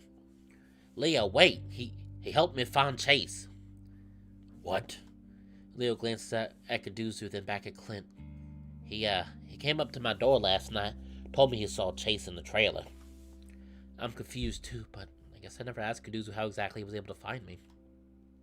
My mind immediately flashes back to when I saw Clint peering in at me at the trailer, asking Brian for drugs. I might not have found Chase if he hadn't told me. Clint nods enthusiastically to that, but Leo doesn't lower the gun. Wait, Leo, Clint hasn't done anything to hurt us since it started, just... Everyone's going fucking crazy. Might as well get rid of him before he gets a chance at it too. Oh my god, Leo, whoa! So you're gonna fucking murder this guy for no reason. Oh my gosh. Leo, why are you acting so... Oh my gosh. What are you doing, Leo? Leo's got a hardened look on his face that I don't recognize at all. Wait, I know how to get out of here, I think. Leo's stance falters, but only just. What do you mean? That's why I'm here. Just get the gun off of me for a second, I'll explain. Clint is twitchy and keeps scratching at his chest and arms. Comes off like he was able to find those drugs after all. Come on, Leo. It's all of us against him. He can't do anything to us. Leo keeps the gun up for a few seconds, then finally lowers it with a dismissive grunt. Alright, fine. How are we supposed to get out of here? Clint slowly pushes himself up to sit against the frame of Leo's bed, clearing his throat. Well, I think it might have something to do with the train yard. There's a moment of silence as we all wait for Clint to go on. He just stares back at us, though. Well, stares at the gun in Leo's paw. Clint? Huh? Clint doesn't look at Kuduzo as his eyes remain fixated on the pistol.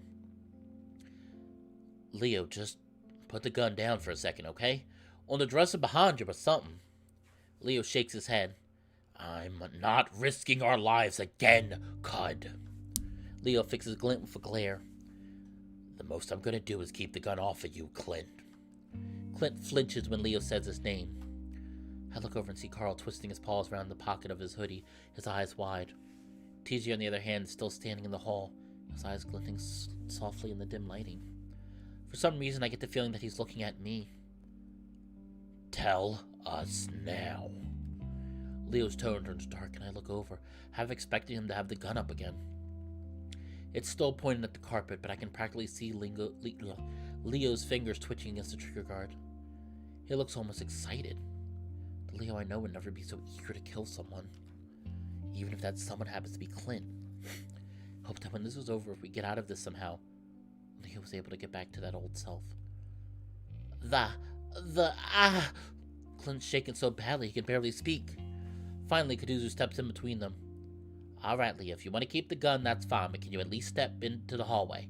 Maybe he'll be able to calm down enough. No. Kuduzo stops short, but I see him set his jaw, drawing up his shoulders.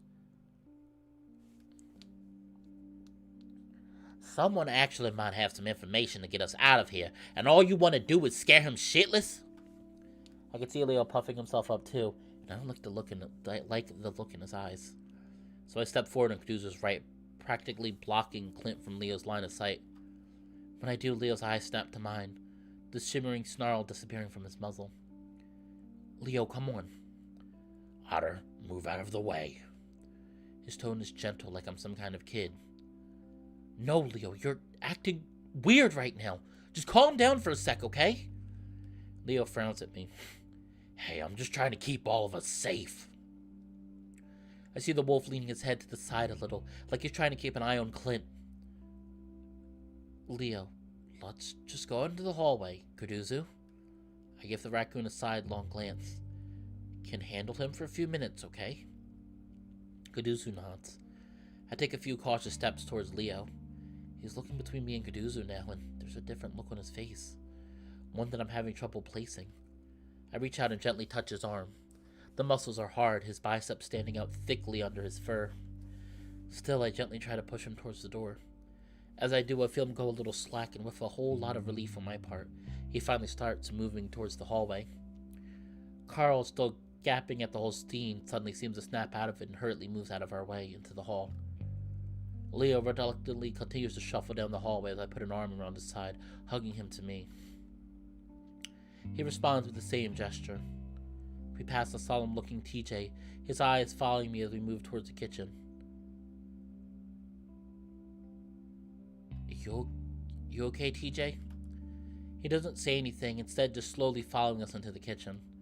His fur is still all spiky and mussed up from the plunge in the lake, and his clothes look uncomfortably damp. That gives me an idea. Why don't we all get our clothes into the dryer, then maybe we can have something to eat? There's a moment of silence, neither TJ nor Leo giving me a response. Carl gives a muffled cough, though. Actually, I could go for some food. About 20 minutes later, Carl, TJ, and I are sitting in the laundry room, putting our clothes through a dryer. I can hear Leo in the kitchen frying something up on the stove. Well, I should be worried about not keeping an eye on him. He's calmed down considerably since we were in his bedroom. Also, the laundry room is between the kitchen and the bedroom, so it'd be pretty hard for him to get past without me seeing. So I keep watch, leaning against the wall, staring out into the dark hallway. Carl sits in the dryer, vibrating along with it, while TJ sits on the floor, cross-legged, looking at nothing. Oh my gosh, Carl, are you naked? Carl's not naked, is he? Oh, okay, he's not naked. I was like, oh my god, is Carl naked? I was like, oh my gosh, is Carl naked? No, he's not naked. He's got pants. It doesn't look like it, but he does. He has his underwear on. Okay, we're good. We're fine. We're fine. This feels so good on my ass, dude.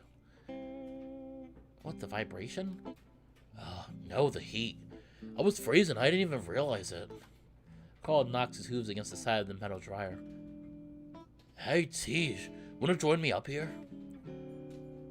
Ew, Tej, ew. Carl looks fine. Tej, ew. Tej is weird looking. Oh, and he still has his fucking cross pendant on. Ew, I don't, ew. Ew. Okay, who the hell here likes fucking Tej's body? Ew. No, thank you. You could just lean up against the side. You gotta be cold too. This time TJ doesn't say anything and I finally look away from the hallway. TJ, are you okay? Do you want to talk? TJ looks up at me again with those emotionless eyes. Now. He says it too quietly. It's almost like he didn't say anything at all. I hold his gaze for a while before looking away. Oh, don't worry about it, Tease. We're gonna be out of here in no time.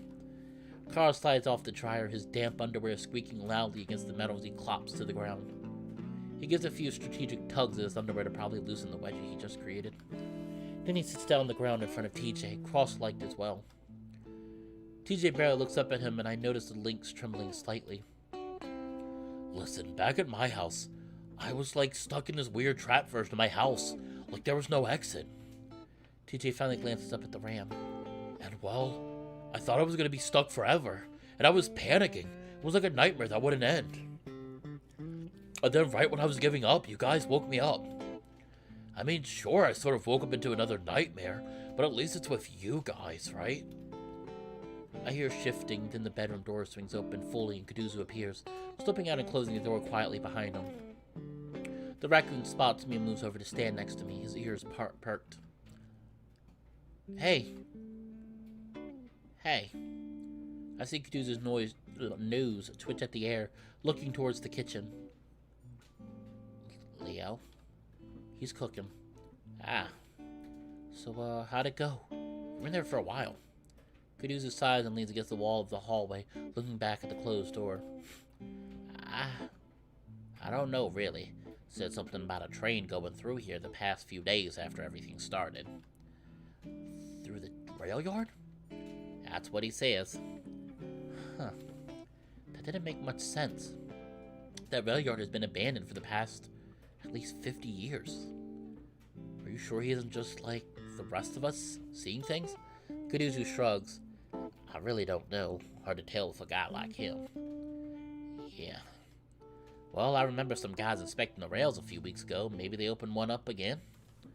That idea also seems strange to me, but I don't know much about trains. So what if there is a train going through here? Are we just gonna jump on it? That was his plan anyway. Sounds like fun. My mind jumps to Robert Smith and what exactly happened when he tried to hop a train. Even if we were able to get onto a train, could that creature thing still get to us? It was able to knock the car into the lake, so I don't know how capable it is. So when does the train come? If not, Shoal said it seemed random. I sigh loudly. Then we all jump as the dryer finishes with a loud grating buzz.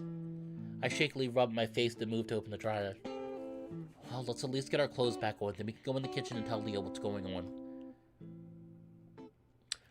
Alright everyone, I'm not ending here, I promise. I'm going to finish this game today, but I've been streaming for 2 hours now. I need a break. I'm going to take about a 10-15 minute break, everyone, and after that, I will be right back. So, hopefully, maybe we're gonna get out of this town by jumping on a train, which sounds very dangerous, but hopefully it'll work out. But yeah, I'll be right back, everyone. I'm gonna take about a 10-minute break, so I will see everyone in 10 minutes. So stay tight. Please don't leave, because things are starting to really get spooky and really good.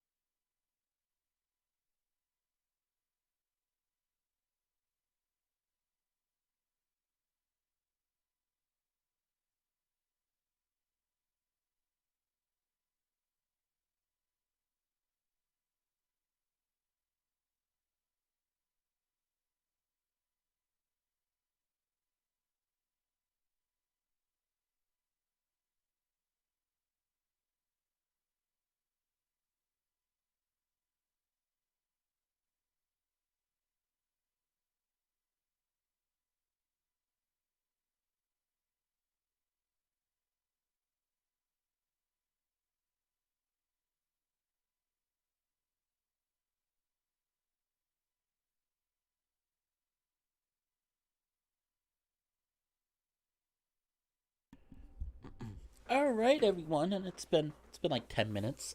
All right, everyone, and it's been like 10 minutes. I am back, so let us continue. And also, he's no longer here, but bye, General Bogo. I didn't see his message until like I came back. So, but I'm going to finish this today. Hopefully, we don't have. I'm gonna say hopefully we won't have more like another hour, but I'll find out. We all sit at the table eating quietly as Kaduzu tells Leo everything. The food looks like some kind of vegetable stir fry. The first bite reminds me that I'm starving, and it's hard not to just try to shove all of it in my mouth at once. Carl, sitting across from me, does just that. That sounds like a load of bullshit. Kaduzu shrugs. I don't know. I don't know what else to go on. Why would he lie anyway? To buy himself some time. Kaduzu closed his eyes for a second, breathing in deeply. Listen, Leo, there's no way he's gonna try anything. He's scared out of his mind right now. Duke was scared. Didn't stop him from trying to kill us. It's probably worse that he's scared. Leo looks up the hallway towards the bedroom, and I'm starting to not like the look in his eyes again. In fact, I'm wondering why the fuck we left him in the room alone in the first fucking place. Leo starts to show his teeth. I reach out and rest a paw on the wolf's arm, again feeling the tensing of the muscles underneath the fur. Hey, don't worry about it. But he jerks his arm away and suddenly turns on me. Why the hell are you on his side with this shit? You were with that fucking bear. You know what these crazies are doing. I wince internally at being reminded of the incident, but I try again, reaching out. Yeah, but Clint isn't Brian. You know he was pushed around by that bear too. Leo pulls his arm further away from me. He's looking back and forth between me and Kaduzu again. What is this? You're both acting like I'm the crazy one. The wolf pushed his chair back from the table. I heard you whispering shit in the hallway. You've been saying things behind my back. Leo narrows his eyes at Kaduzu. Whoa, dude, chill out. Why don't you keep eating, Carl? Leo shifts his gaze towards the bedroom again before abruptly standing up. I'm gonna go check on him. Leo. I start to stand up as well, but Kaduzu's one step ahead of me. He moves to intercept the wolf, both hands out. Come on, Leo. But he doesn't get to finish. Instead, the wolf goes straight into him, grabbing one of his arms and punching at his face. Kaduzu sees it coming and is able to duck, but he's not quite fast enough.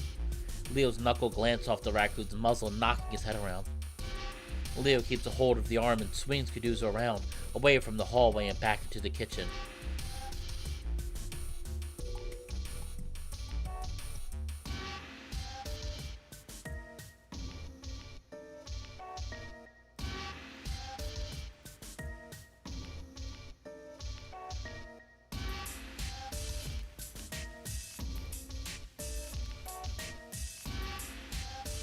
Kaduzu takes the fall rather well, going into a sort of roll. He does end up banging against Carl's chair, but he comes up on one knee, panting and staring up at Leo. His nose is bleeding. What the fuck? I'm standing before I know it and moving around the table to stand at Kaduzu's side. I look him over, trying to see if Leo had done him any serious damage before I look back at the wolf. What are you doing?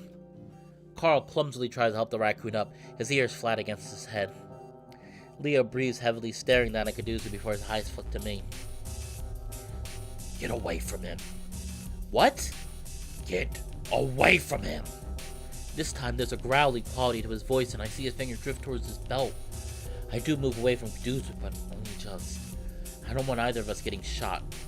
Leo turns his attention to Kaduzu. You. Ow! Kaduzu stares up at the wolf for only a moment before getting bristly to his feet. His breathing is so erratic, I'm wondering if he's going to have a panic attack. He gives me a single glance before hurrying out of the kitchen. I want to stop him, get in his way like he did Leo's. But the look on Leo's face right now is me frozen, and I can't do or say anything as I watch the raccoon's tail disappear. I hear the door swing open, then bang shut. I look back and almost jump as I see Leo's eyes are still on me, studying me. He stares a while longer before turning away and stomping loudly down the hall. Carl's frozen next to me, and TJ just sits there, his eyes down on his plate, food untouched. Still numb, I have to force myself to walk forward, following Leo, terrified of what's about to happen. Leo, wait! My voice is too quiet, too soft for the wolf to even hear me. The door ahead of me swings open.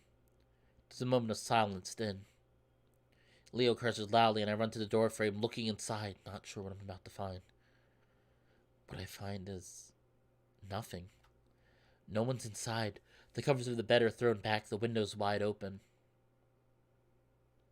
See, I told you! Leo's voice goes from an almost scream to a hushed whisper as he moves to the window, looking out into the night. He slides the window shut, then locks it. This is exactly what I was worried about. What? Inside, I'm relieved more than anything. For some reason, I'm positive that Clint was still here, or if Leo caught him in the act of trying to escape. I don't doubt he would have tried to shoot him. That stupid fucking raccoon, thinking he knew what was best. Leo continues to peer out the window, his ears perked up. I know what the hell's best for us. Thinks he can just come in and tell everyone what to do. See what happens? I start to move back into the hallway, toward the kitchen, but Leo suddenly whirls around on me. His frown turns into a sort of uncertain smile. Hey, Otter. Are you okay? I don't say anything, I just stare at him. Otter. Vaguely, I can hear Carl clopping around uncertainly in the hallway, probably too afraid to get close. I try to speak, then wet my lips. Yeah? Leo extends a paw. Come here. Did I scare you? I fidget with my paws. No. Well, come on then. Slowly, I move into the wolf's room. Despite my dragging feet, my mind is racing, trying to decide what the hell is going on and what the hell I'm going to do. Leo's lost it. There's no question about that. It's something that I've sort of known for the past day, ever since we found him in Duke's basement. And now it's getting worse. A lot worse. Still, I continue to move toward him like I'm in some kind of dream. Soon he's got me wrapped up in his arms, and despite the warmth, despite the strength I feel in them, I don't feel good about it at all. I'm just scared. Chula. He breathes into my ear, sending shivers down my spine. I told you, I'm gonna protect you. I'm gonna keep you safe. That's exactly what I'm gonna do. He starts rocking me back and forth, shifting us around on his feet like we're doing some kind of half-dance at prom. He's moved us around so that I'm looking at the door and I can see Carl's horns, his eyes fearfully peering into the room. That raccoon, he wasn't good for you. Good for me? He helped me! Leo gives me a squeeze that almost knocks the breath from my lungs and that cuts me off. Maybe, maybe not. I can see him acting strange, kind of like the others. The wolf continues to rock us back and forth as I continue to look over Leo's shoulders, seeing into Carl's eyes that this is definitely fucked up. I don't say anything else to Leo, worried about how he might take it if I keep trying to convince him that Kuduzu was only trying to help us. I'm gonna get you all out of here like I should have done from the beginning, okay? He gives me a little shake when I'm silent a little too long. Okay. And he keeps rocking me like that for what seems like hours. When we make another revolution, I can see that Carl's not there anymore. Then I hear something. Soft at first, then louder and louder. Leo stops dancing with me. I can make out a rhythmic, dull, metallic sound accompanied by a horn. A train? TJ and Carl are standing at the back door staring out into the night. Leo pushes past them, ears perked as he tries to see through the darkness. The train sounds incredibly close, almost like it's only feet away. Should we go to it like Clint said? Leo pauses, his nose twitching before he waves his paw at us. You guys stay here. I'm gonna have a look. Leo. And just like that, the wolf disappears into the night, leaving us behind. I stare out into the night. So, guess Clint wasn't shitting us after all, huh? Yeah. All I can think of right now, though, is Kuduzu. Did he hear the train right now? Was he on his way over there? I look to my right towards Kuduzu's house only a few hundred feet away.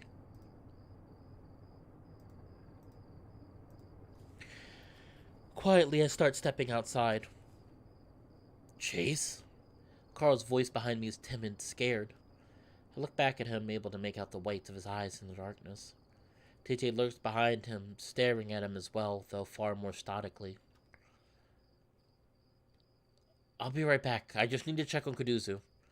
Everything that Kuduzu had done for me up to this point, saving me multiple times, making sure I was doing okay, nursing me back to health.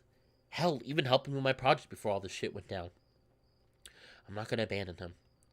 Just like with Leo when he was imprisoned by Duke, I feel like it's my responsibility, only this time the urge is even stronger. I have to make sure Kuduzu makes it out of here like the rest of us. Carl, though, doesn't look so enthusiastic about that. I don't know if that's such a good thing. You saw Leo. Carl looks over my shoulder and I do the same, worried that maybe the wolf was coming back. But all I see is darkness. I realized then that Carl is just as afraid of the wolf as I am right now. I swear I'm only going to be away for a few minutes. If Leo asks, tell him... I don't know, just tell him I needed some air. That won't... I don't wait for Carl to finish his sentence. My eyes slowly adjust, but it's too dark to really see any more than 5 feet. The amount of stars overhead is almost dazzling, but it's not enough light to help me see. In fact, it's almost disorientating. The way the bright powder look of the sky clashes with the black horizon of the mountains. Focusing on it too much makes my stomach turn, and I turn my eyes down, trying to focus on the barely visible ground instead. Whack! Until my face slams right into something big, hard, and full of twigs. Jesus fucking goddamn it! I shout, whisper into my paws, covering my nose, afraid for a second that maybe I ran one of my eyes through. A quick but shaky examination with my fingers puts that fear at ease, though now I feel like my muzzle is going flat into my face. The jolt had me feeling all the aches of my past 2 weeks with 2 incidents with cars. I stand there in the dark for a moment, gathering my senses. It's almost completely silent now. The train, if it was a train, had passed us by at this point. The metallic clanks and rushing sound is far behind me. Standing in the silence, though, is starting to give me second thoughts. I'm pretty sure there aren't any trees between Leo and Kuduzu's house. Did I get off track somehow? Something cracks a little ways ahead of me and I freeze up, my ears twitching. I listen hard, trying to hear anything above the crickets. Okay, yeah. This is really fucking stupid. I remember that I'm not all that far away from Leo's house and look back at the yellow squares of windows in the distance. I should probably go back to reorientate myself and try to get to Kuduzu's house again. As I'm turning around, though, another crack behind me followed by a muffled voice. Shit. I freeze at the voice. Open my mouth to try and quiet call out, but stop myself. I can't be sure, but it sounded like Kuduzu, all about muffled and low-pitched. I decide to wait a while longer, with one foot pointed out towards Leo's house. And then, this time the sound is right next to me and I jump in the air. I make a run for the house and immediately trip over several rocks, going face first into the ground. I'm scrambling at the ground with my paws and feet when I hear the voice again.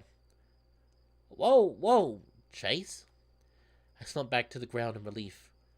Oh my god, Kuduzu! What the hell are you doing? I feel the raccoon's paws fell over me, then pull me back up to my feet.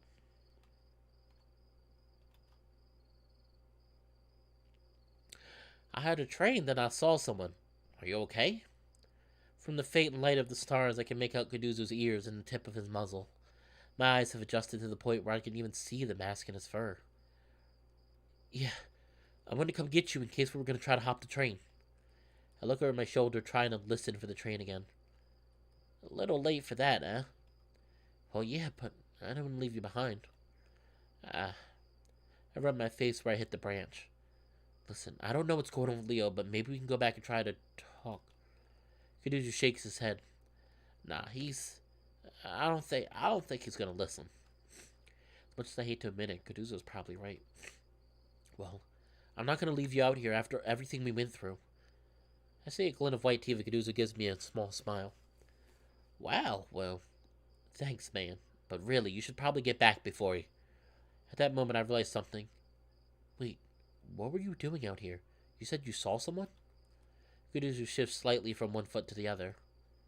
I thought I did, at least. Like someone from the town, or... I think it was your friend. What?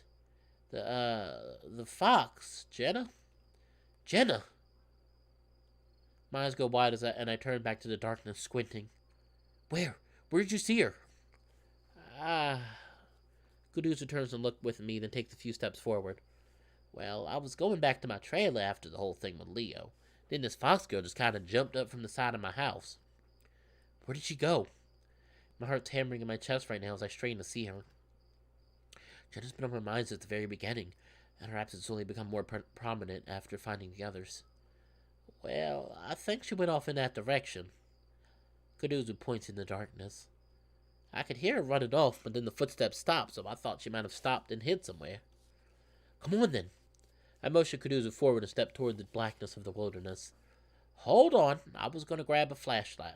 There's no way we're finding anything out there at this time of night. You go get him, I'll wait.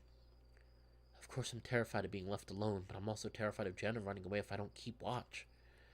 I'm getting the feeling she might be under the same influence that Carl and TJ had been in earlier.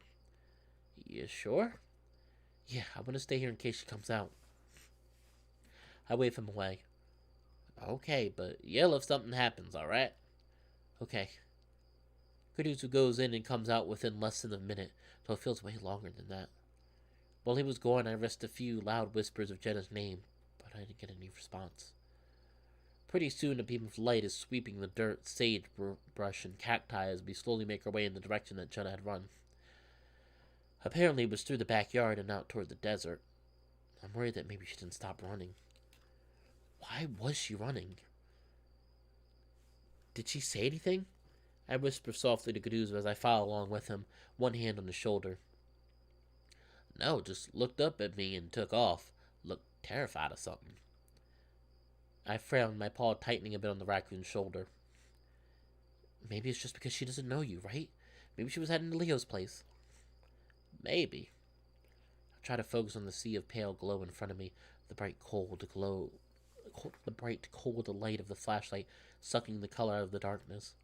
The grays and whites all sort of blend together after a while, and the swinging motion of the beam starts to lull me into a weird, hypnotic state.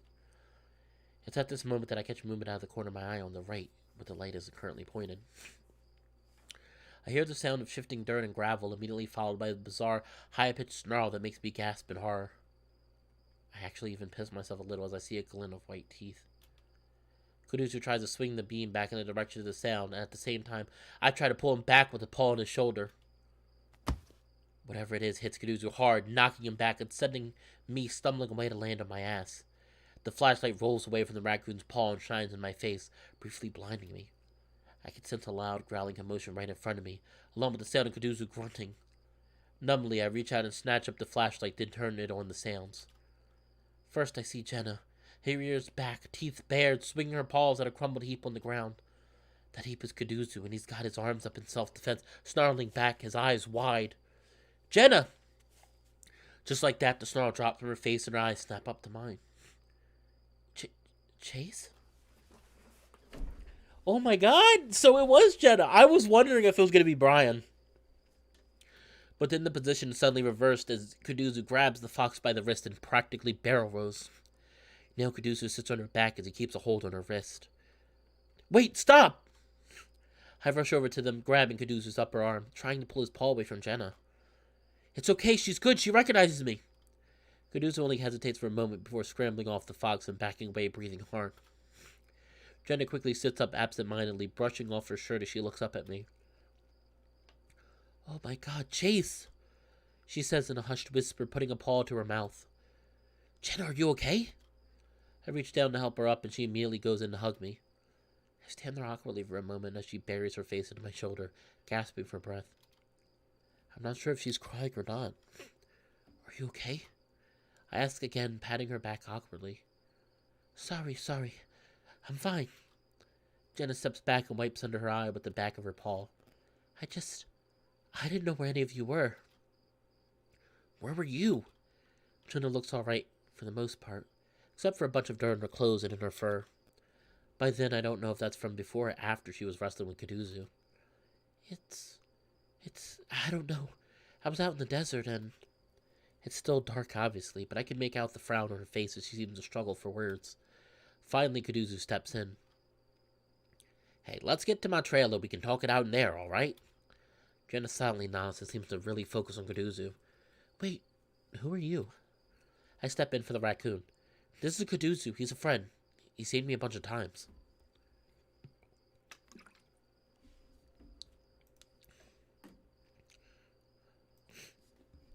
That seems to be good enough for Jenna. With that out of the way, we all head back towards the trailer.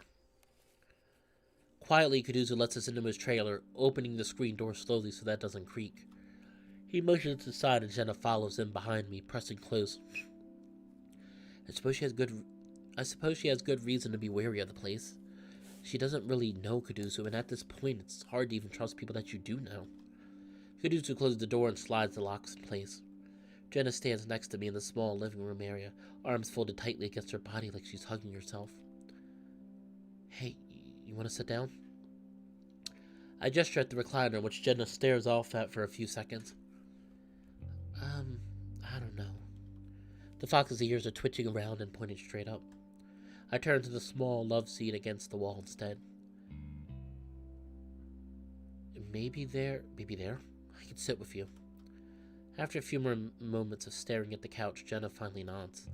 She walks stiffly over to the couch, looking at it for a moment before finally sitting down. I notice 3 clumped up patches of fur on the back of her neck, and it takes me a moment to realize that it's dried blood. Had someone attacked her? Had she hurt herself? Jenna still doesn't relax when we're settled and is instead sat bolt upright, leaning hard against my shoulder. Much like her ears, her eyes are darting around, mostly over to the curtained window to our right. Meanwhile, Kaduzu elects to sit in the empty recliner after turning it a little to face us. The scraping sound it makes on the floor causes Jenna to jump. Kaduzu pauses, blinking, then settles back into the recliner. Sorry, I really should put a rug under this thing. Jenna doesn't say anything and instead just looks back at the window. Kaduzu shifts awkwardly in the chair, then looks at me. I look at Jenna, trying to think of something to say. Jenna beats me to it. Do you know what the others are? TJ or Carl? Oh yeah, they're at Leo's place. Them and Leo. Jenna frowns at me. Then why are we here? Let's go. She starts to stand up and I reach out a paw, grabbing her arm. She flinches and yanks away from me, standing up fully. Sorry, just hold on a second. It's complicated. Why? Jenna takes a step back from me, folding her arms. The look in her eyes is worrying, like she's starting to not trust me. Look, Leo, he's kinda uptight right now. I guess I just want to give him some space. Give myself some space, really, away from him. Kaduzu shifts in his chair again. He kicked me out. Things got a little heated between us. Jenna looks at Kaduzu with a deep frown still on her face. Why? Why? Leo wouldn't do that without a reason. She looks back at me as if wanting some sort of confirmation. I nod. Leo isn't really himself right now. I'm really worried about him. Can we go over there and talk to him? I open my mouth, but I pause, trying to think of the right way to say it. I don't know. Not right now. I'm not leaving Kaduzu, so I'm gonna have to think of a way to get Leo to calm down. I'm also considering just staying separate from him until we can get out of here, but I don't want to tell Jenna that. She looks stressed out enough as it is. Now that I think about it, I wouldn't be surprised if Leo was out there hunting for me right now. Odds are that he's going to come here eventually. Maybe.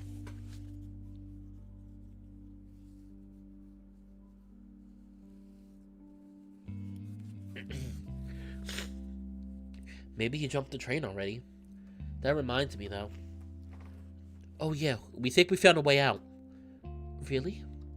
Yeah, apparently a train goes through here once in a while. We're thinking we can hitch a ride on it. Jenna takes that in and just nods. The silence drags out for a minute or two before I finally lean towards her again. It's okay, just sit down and relax for a minute. She does so with even more hesitation than the first time, sitting on the couch cushion like it might be a landmine. So, where were you these past days? If you want to tell me, I mean. Jenna stares at the floor then shrugs. I don't really know. It's kind of a blur. I nod. Yeah, same. I guess it happened 2-3 days ago? I don't remember, but everything was normal until DJ woke up. It was like he was in a trance or something. I wasn't sure what was wrong with him. I thought he might have been having a seizure. Then I thought he was in a psychosis of some kind. He left the motel and just started running, so I followed him. He ran all the way to the lake and I was sure he was going to go in. But then he just stopped on the shore and stared at it. I caught up to him and tried to talk to him, but it was like I wasn't there. All he could say was your name. Chase, Chase, where's Chase? I think he was looking in the water for you. Jenna looks right at me. I don't know why. Do you? Of course not. I shake my head. I have no idea. Liar. The couch tilts, and so I sort of grabbed his shoulder to lead him back, away from the lake. But then he turned on me and he sort of just changed. The water changed that day. My head spins and I brace my paws against the armrest, trying not to fall over. And he attacked me, clawed me up. And for the first time, Jenna sticks out her arm and pulls back some of the fur where I see bits of crusted blood. You knew what water felt like.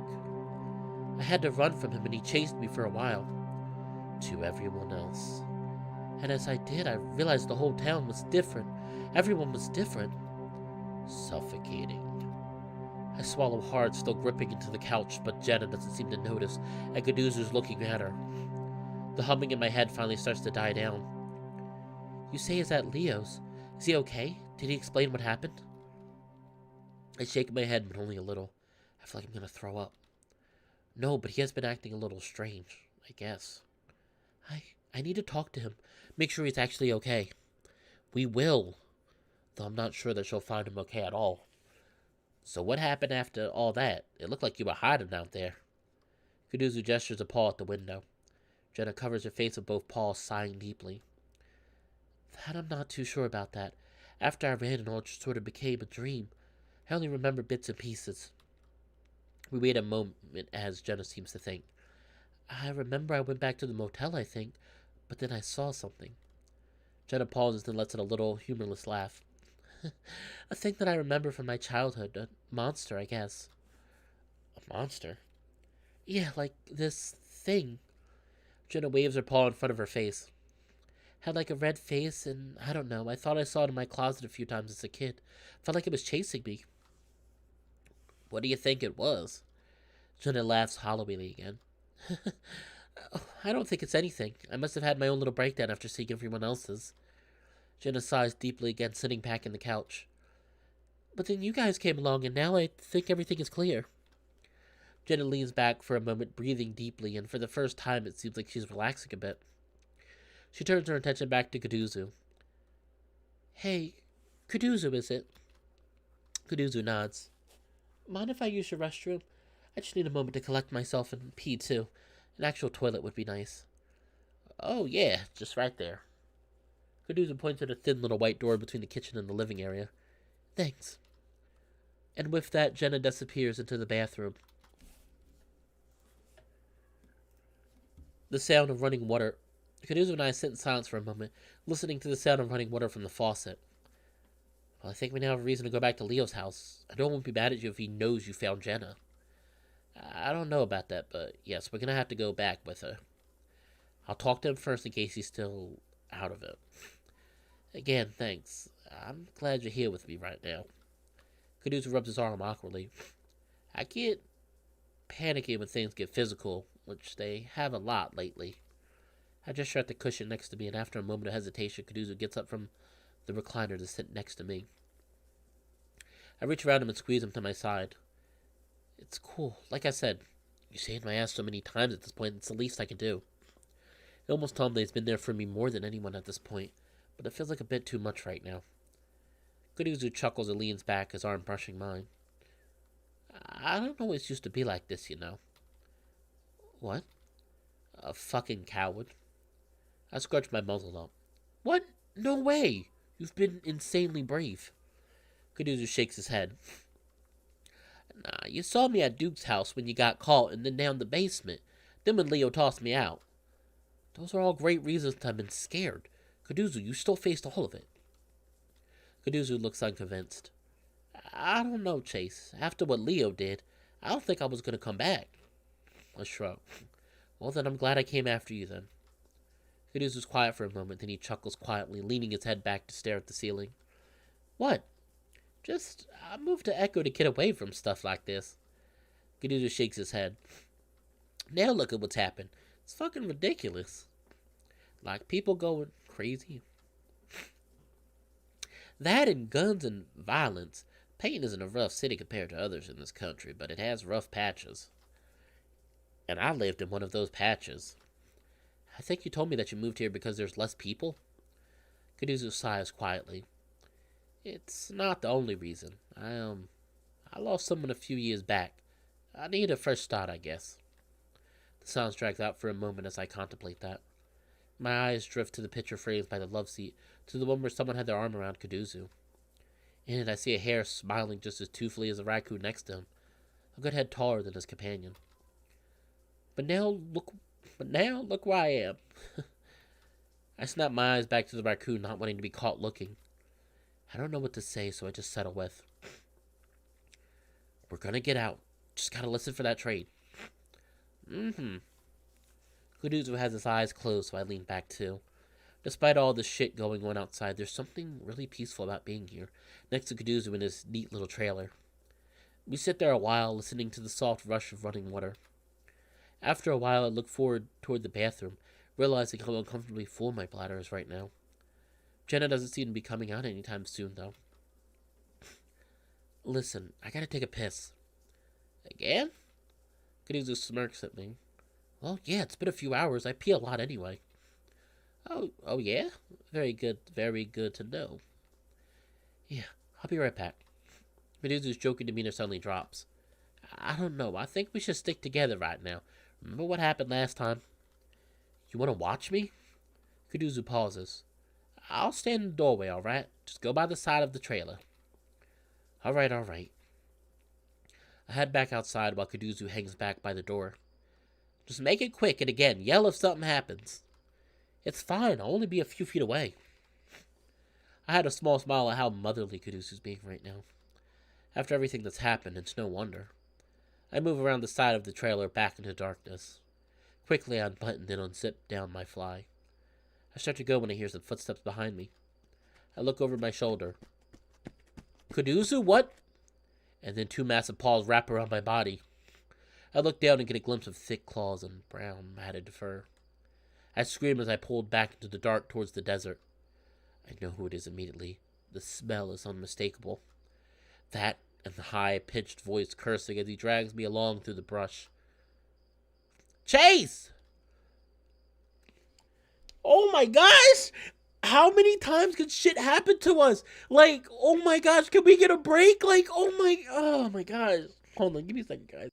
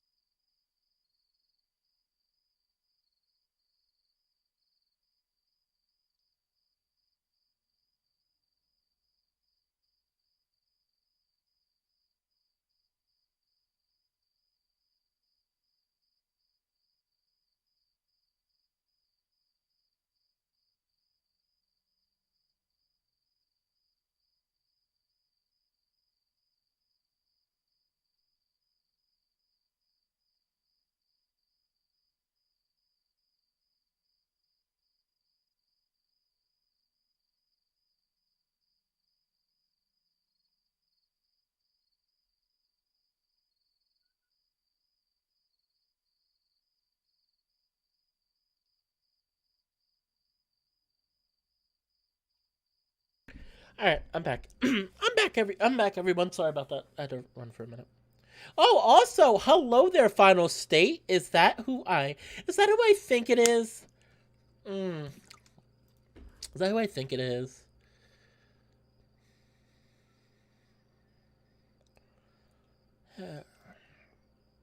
Anyway, back to the stream.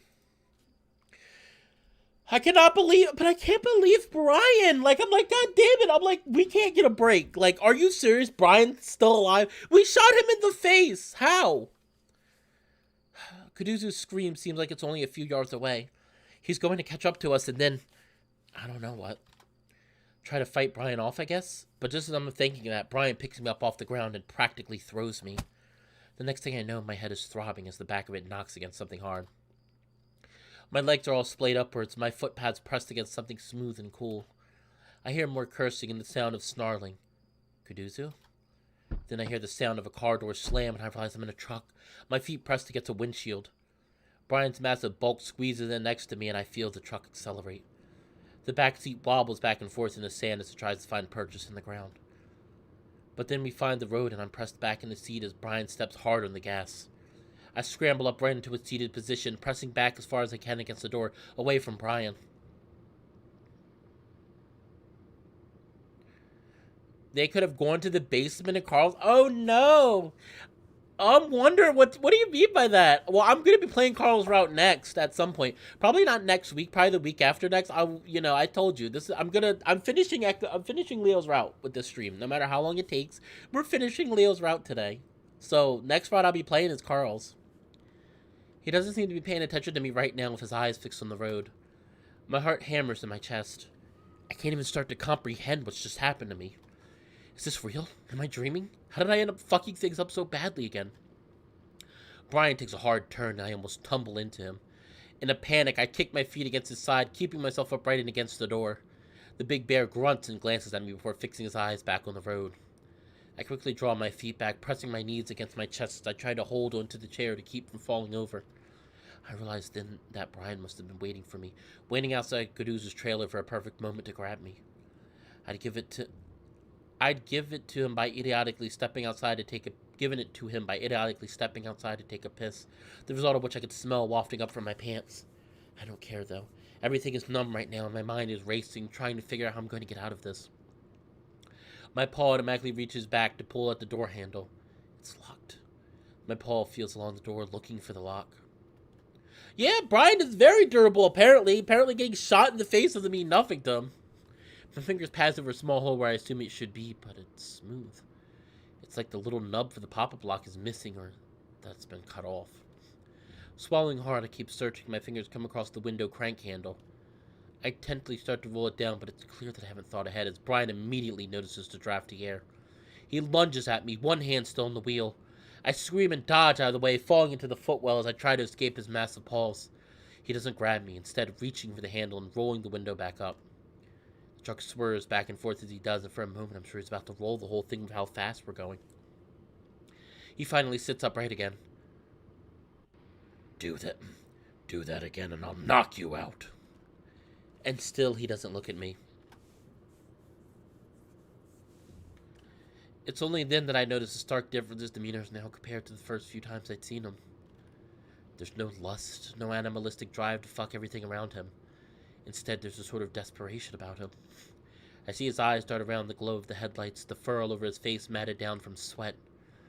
I sit there in the footwell, staring up at him, gripping onto the seat as my head knocks back against the glove compartment.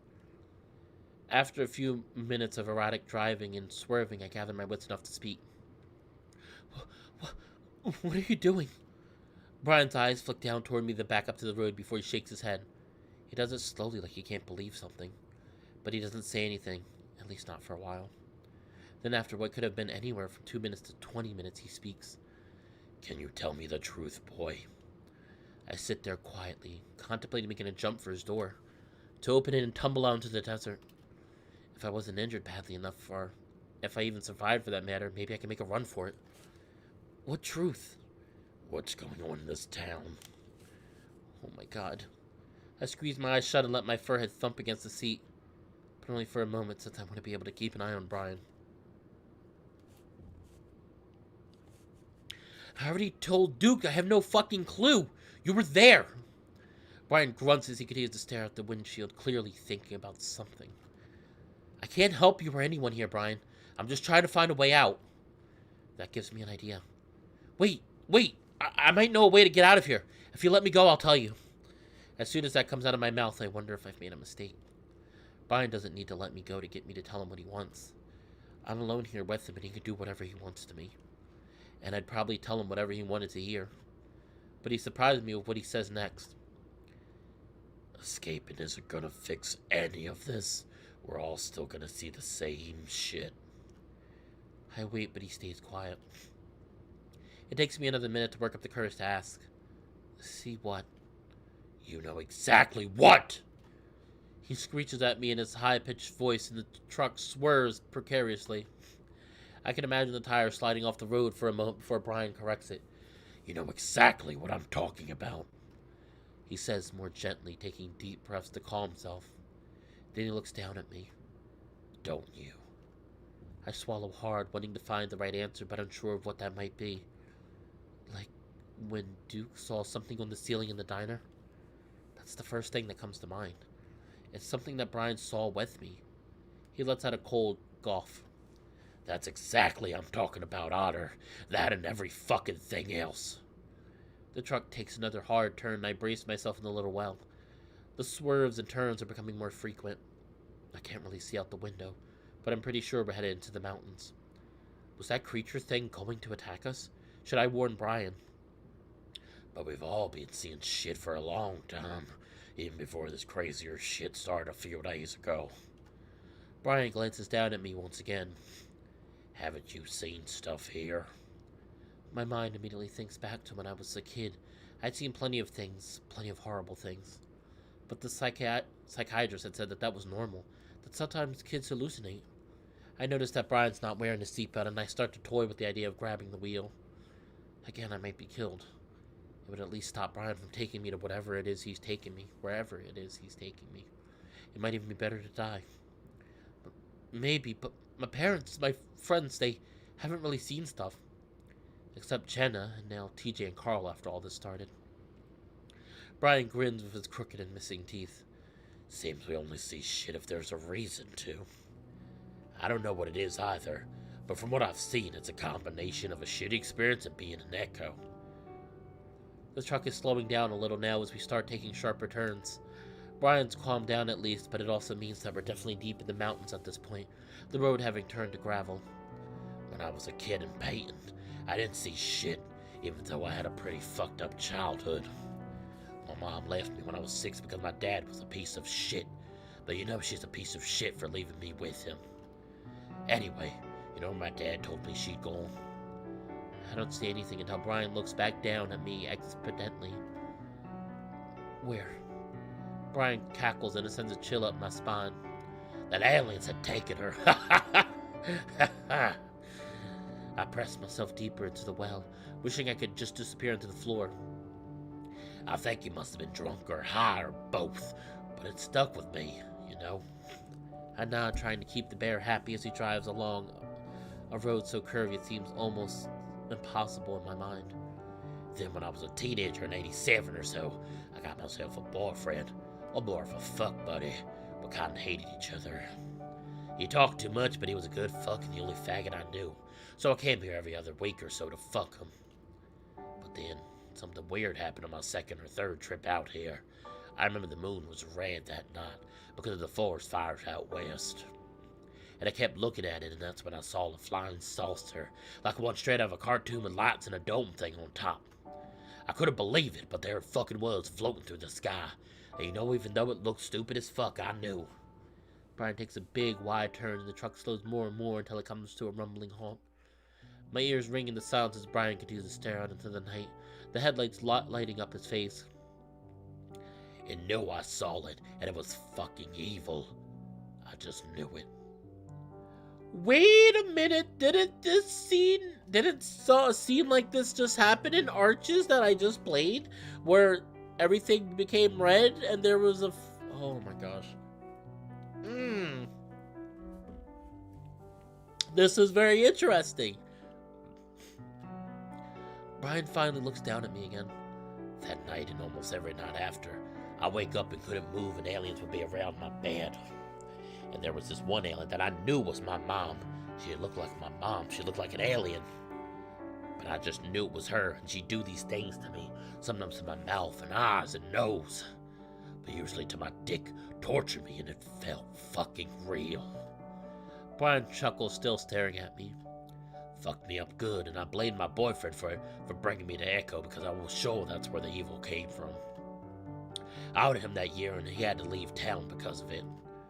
The massive bear shakes his head. Didn't stop the dreams, though. Brian's UFO illusion in the flashback in Arches. Oh, that was Brian's UFO. Ooh. Brian puts the truck in parked and shuts off the engine. We sit there in the darkness and silence, and even though I just emptied my bladder, I feel like I'm gonna piss myself again. Never told anyone that before. I don't say anything as I just breathe through my mouth, trying to make as little sound as possible. There's something fucked up in this town that makes us see things, feel things from our past or some shit. Duke told me about it, how it's been happening a long fucking time, but he thinks there's a way to fix it. Brian suddenly opens the door and jumps out. He slams the door hard enough to make my ears pop. For about 5 seconds I will myself to move, to run, to open his door and sprint into the night. But my body refuses to move, and before I know it, the bear is yanking open my door and grabbing me by the wrist. And if you help me out with this, we can be done with it for good. He pulls me out roughly. My legs are like rubber when he sets me on the ground, but he holds me up easily with his paws and my arms. Can you promise me to help? Then I'll let you go and we'll be free of the evil, okay? All I can do is nod dumbly. Alright, it's gonna be okay, Otter. I promise. Brian transfers his iron-like grip to my wrist and starts to pull me along. Also, it's nice to see that he still has an eye. I'm pretty sure we shot him. I don't know. I stumble after him weakly, trying not to trip in the darkness. Brian stops next to the truck bed and starts to rummage around inside. I wouldn't be surprised if Brian was a goddamn personification of whatever entity is in Echo right now. I feel like I'm gonna pee again. What do you need me to do, though? Brian finally pulls something out and it looks shiny and heavy. Open my mouth to scream, but that's when a burst of light comes out of one of the ends of it. It's a mag light? I stare at it, gaping stupidly. Brian sweeps the beam of light around. All around us is gravel, sagebrush, and some cacti. I have no idea where we are. I need to get something, and it's in a place that's too small for me to squeeze into. I need your help to get it, okay? Okay, but what is it? Brian ignores me, looking around. He seems to settle in a direction and sets off, pulling me along with him. Anyway, it makes me think. All these ghosts and UFOs and monsters people see in the woods, I think they're all connected somehow. Yeah? I focus on trying to keep the bear happy, pretending to be interested in his ramblings. Meanwhile, we're not even on the trail, just pushing through thick brush and sharp rocks. Yeah, like little bits of Echo are everywhere in the world. Some small like a house, some huge like a town. That makes sense. No, it doesn't. None of this makes sense. But I have to focus on getting away from the bear. I know I should have made a run for it back in the car, but there's no helping that now. We walk for maybe about 100 yards. As we do, the land starts to incline and become steep. Brian even slips up a few times, and I'm worried he's going to fall on top of me. Each time he manages to catch himself, then yank me up after him. After a few minutes of huffing and puffing, we reach a bit of an outcrop with some large boulders. Brian lets go of me and clambers up the side of one, and before I can even think of running, he's turned around and grabbed me up by the scruff. I squeak as I'm lifted into the air, feeling like a pup again before I'm set down beside the bear. Brian looks around, keeping a hold of my wrist as he does. After some stomping and looking around with his flashlight, he seems to find what he's looking for. He brings us to the edge of a boulder, then he lifts me up again, this time by the wrist. I kick around for a moment before he lowers me slowly into a dark, spacious hole. I start to wonder if he's going to go down for a while, and I panic. Before my feet touch down on soft, cold dirt. Musty, cold air wafts from the black space in front of me. Immediately, Brian drops down next to me, snatching up my paw again. He shines the light into the dark patch in front of me, and I see what looks like a narrow tunnel burrowing into the side of the incline we're on. What is that? Brian grunts and starts to pull me into the opening, but I pull back. Brian yanks me hard, and it feels like he almost dislocates my shoulder. I yelp loudly, "Shut up!" Brian hisses at me as he turns sideways to better fit into the tunnel. "It's the mine, you idiot." What? I look back at the opening back toward Echo, gently illuminated by moonlight. I thought it was sealed. It is. This is the back entrance. Duke told me about it years ago. Said his family's known about it for decades. We push through for a while until we come to another tunnel, this one twice as wide as the one we were just in. It branches to the left and the right. Brian stands there for a moment, inhaling deeply as he looks around. Hang on, it's been a while. I can't help myself from blurting out, "You don't know where to go?" I expect him to hit me or something, but he ignores me. Finally, he pulls me to the left. The idea of being trapped here with Brian, lost in a mine, is more terrifying than anything that's happened in town so far. The air is so musty and dry, I feel like coughing and sneezing at the same time, but I try to hold it in so I don't upset Brian. We walk for another 10 minutes or so, taking a few more turns.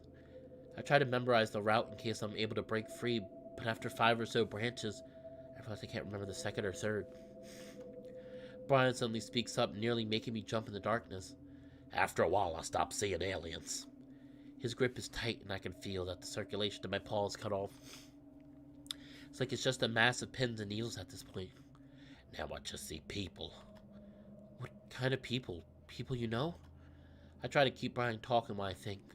At some point he's going to have to let go of me again, and it's then that I'm going to have to make a run for it, no matter what. Kuduza probably saw which direction we drove off in, and he probably went to Leo to get the car. But at this point I doubt they're going to be able to find us, at least not in time. We went into the mountains, probably through some back road that none of us even knew existed. Then Brian took me through hundreds of yards of desert to find a tiny opening behind some boulders. There's no way they're going to find me here. I'm on my own. Well, I see just one person, but the person changes every now and then. Brian pauses, looking into a narrow opening in the tunnel wall, even more narrow than the first passage. Depending on who it was I last knew. Before I could figure out what he meant by that, I'm shoved hard, forced to enter the passage in front of Brian. It's just wide enough that I can walk straight, my shoulders nearly touching both sides. Brian, on the other hand, has to suck it in and move sideways, grunting and cursing and making all kinds of noises. Brian's let go of me as he tries to pull himself through, though he keeps knocking into me to send me forward. I could try to escape, but I have a feeling that doesn't exist ahead of me. In fact, it feels like I'm being trapped. I can't explain it, but I start to get a terrible feeling that something awful is waiting for me at the end of this passage. And then I start to smell something. It's old and almost covered up by the dust and mustiness, but it's definitely there. Sweet and sick. Something rotting.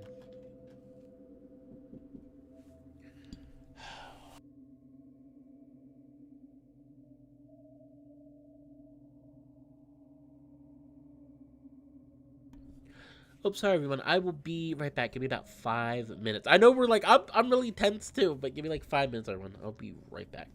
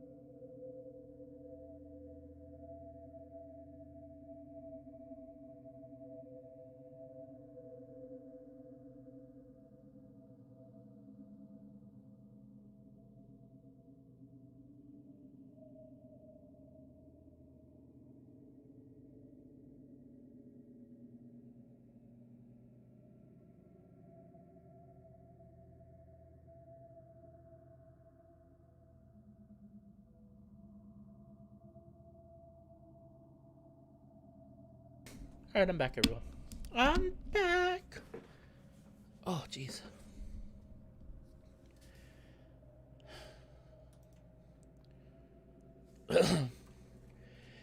It feels...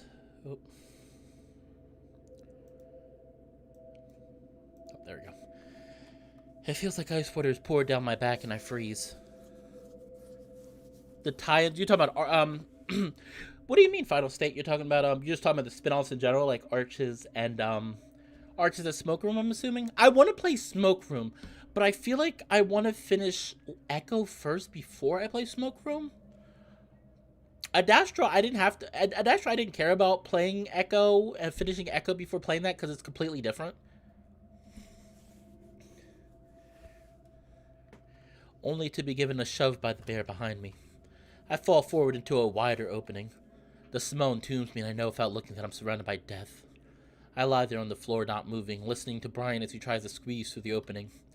I can remember years ago when I was maybe 12, walking along the dirt road back home after hanging out with Carl. On the side of the road I saw some roadkill and just as I passed by I could see the white maggots wreathing through the fur. The smell for that single moment was almost unbearable and I gagged and ran past. And while the odor in here is a bit more faint, it's almost exactly the same. That would be really... Honestly, Patario, that would be really cool if that really was. If, like, the stuff was connected like that. I hear Brian finally shift free from the exiting shines the light back down on me. I know I should run. This is creepy, by the way. If I saw this, I would get killed by Brian. If I saw this, I would get killed by Brian. I'm gonna die. I'm like, there's no way I'm going in this hole. I know I should run. I know I need to get the fuck out of here.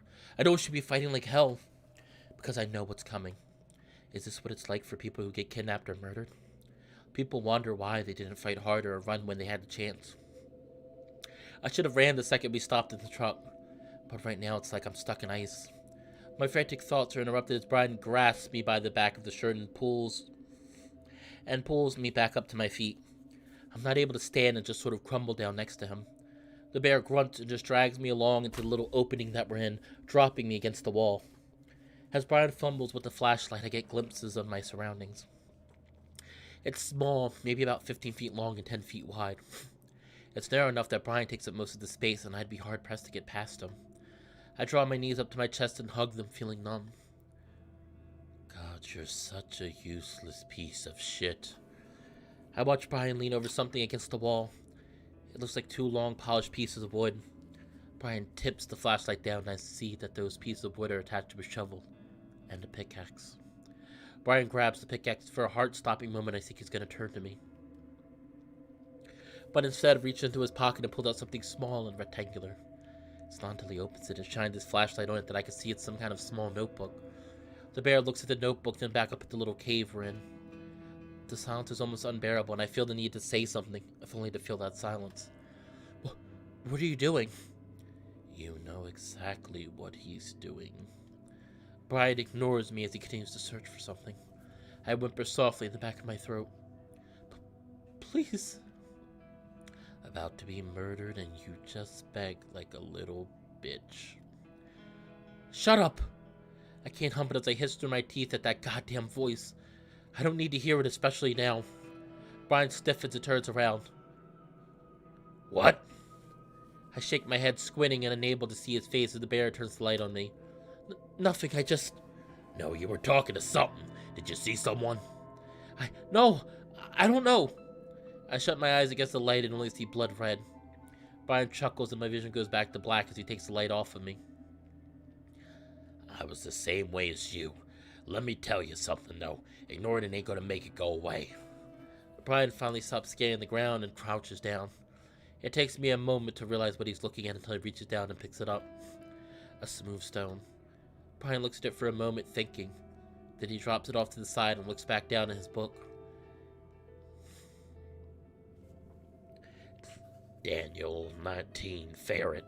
He was the smallest. I think should be enough room. Brian shines the light back down at the ground for a moment, then seems to make up his mind as he sets the butt of the flashlight on the ground. It brightly lights up the ceiling, leaving us in a dim yellow glow. Brian eyes me for a moment, positioning himself so he could watch me while also doing his own work. Crouching over, Brian starts breaking through the hard surface of the dirt with a pickaxe, grunting with each stroke. He can only do little short swings. The ceiling was too low for Brian to even stand up straight. At this point, the smell of Brian has almost overwhelmed the stench of death. I guess it's one of the few things I don't mind, his smell covering up. Why aren't you at least trying to escape? Because he's in the way. Because you're a coward. Why the fuck are you talking to me now? I thought you left! I never left. You know that. You felt me even after you left the town. I shouldn't have come back. Probably not. I'm going insane. Brings back memories of my old life. I'm going insane and it's bringing back all of my old demons. No, I think it's because you're in the mine. I think you figured out that it's the source of everything, haven't you? The voice I've been trying to ignore all week has changed. It's not vague or insidious anymore. It's more natural, like a real person. More like what I used to hear when I was a kid. Well, I was a real person. Sometimes I even doubt I am that person. It chuckles and I feel the back of my brain itch. More like a... what do you call it? A simulation. It waits for an answer, but I don't want to talk to it. Oh, stop pretending I'm not here. You can feel me. You felt me looking over your shoulder since you got here. I let my head thump against my knees, closing my eyes. Well, really ever since Sydney. Just ignore it. But I can understand. Even I feel as though something is controlling me. It's the oddest thing. Hey! I snap my head up, jumping as I find the bear staring right at me. The hell are you mumbling? Nothing. Brian chuckles again and reaches across to the other wall, grabbing the shovel. He starts digging up the loose patch of dirt in front of me. Yeah, keep it to yourself, I guess. But like I said, you ain't the only one. Brian gestures behind him with a thumb toward the ground. I look and see nothing except a few stones on the ground. After Rachel back there, things got way worse than aliens for me. I saw her at night crawling on my ceiling, peeking out from under my bed, staring at me from my window. Brian grunts as he digs the shovel deep, then lifts, turning a pile of dirt out to the side. So did Duke. Drove him crazy, turned him into a speed addict. Not that I mind. He was always my most reliable customer. The sick, sweet smell starts to grow again and it's starting to become overpowering. I feel like I should keep him talking, get him comfortable and buy myself more time. Should you, though? Who's Rachel? Duke's wife. I try to remember what I know about Duke's marriage aside from the fact that he isn't married anymore. I realize then that I do remember Rachel, but just barely. She was only around when I was in grade school and was pretty nice as far as I can remember. Didn't he divorce her? Brian shrugs as he stops digging, resting on the handle. I guess he sort of did, but I mean she was dead by then. They wanted my stuff, but didn't have the money, so I cut him a deal to fuck for the drugs instead. I mean, I can't say I like bitches at all. Annoying and winding, but she let me go way further than Duke ever did, so I mainly fucked around with her. It's not hard for me to picture exactly what that fucking was. Then one day, I guess I went too far. She died and we buried her right there. Brian points more specifically at a rock sitting against the other side of the wall. The big bear starts to dig again more vigorously, lengthening the patch he's working on. But I didn't see her until right after I buried her, maybe a week later.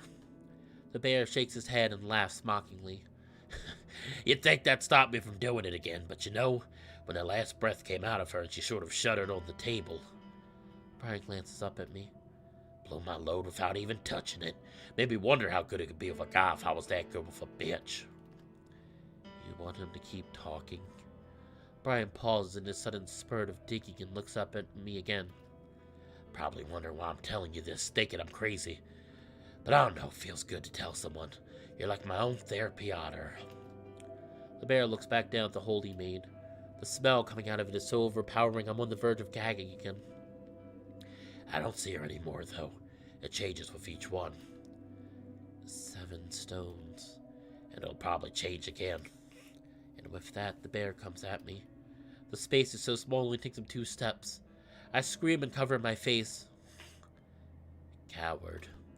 And try to fold up in as tight as balls I can, but before I know it, Brian has me by the back of my shirt. He dragged me over to him, kneeling down next to the hole. I can see it's definitely a grave now. You already knew. Because I can see the bones poking through the dirt, the bits of blue and white cloth that were its clothes. You mean Daniel, the 19-year-old ferret.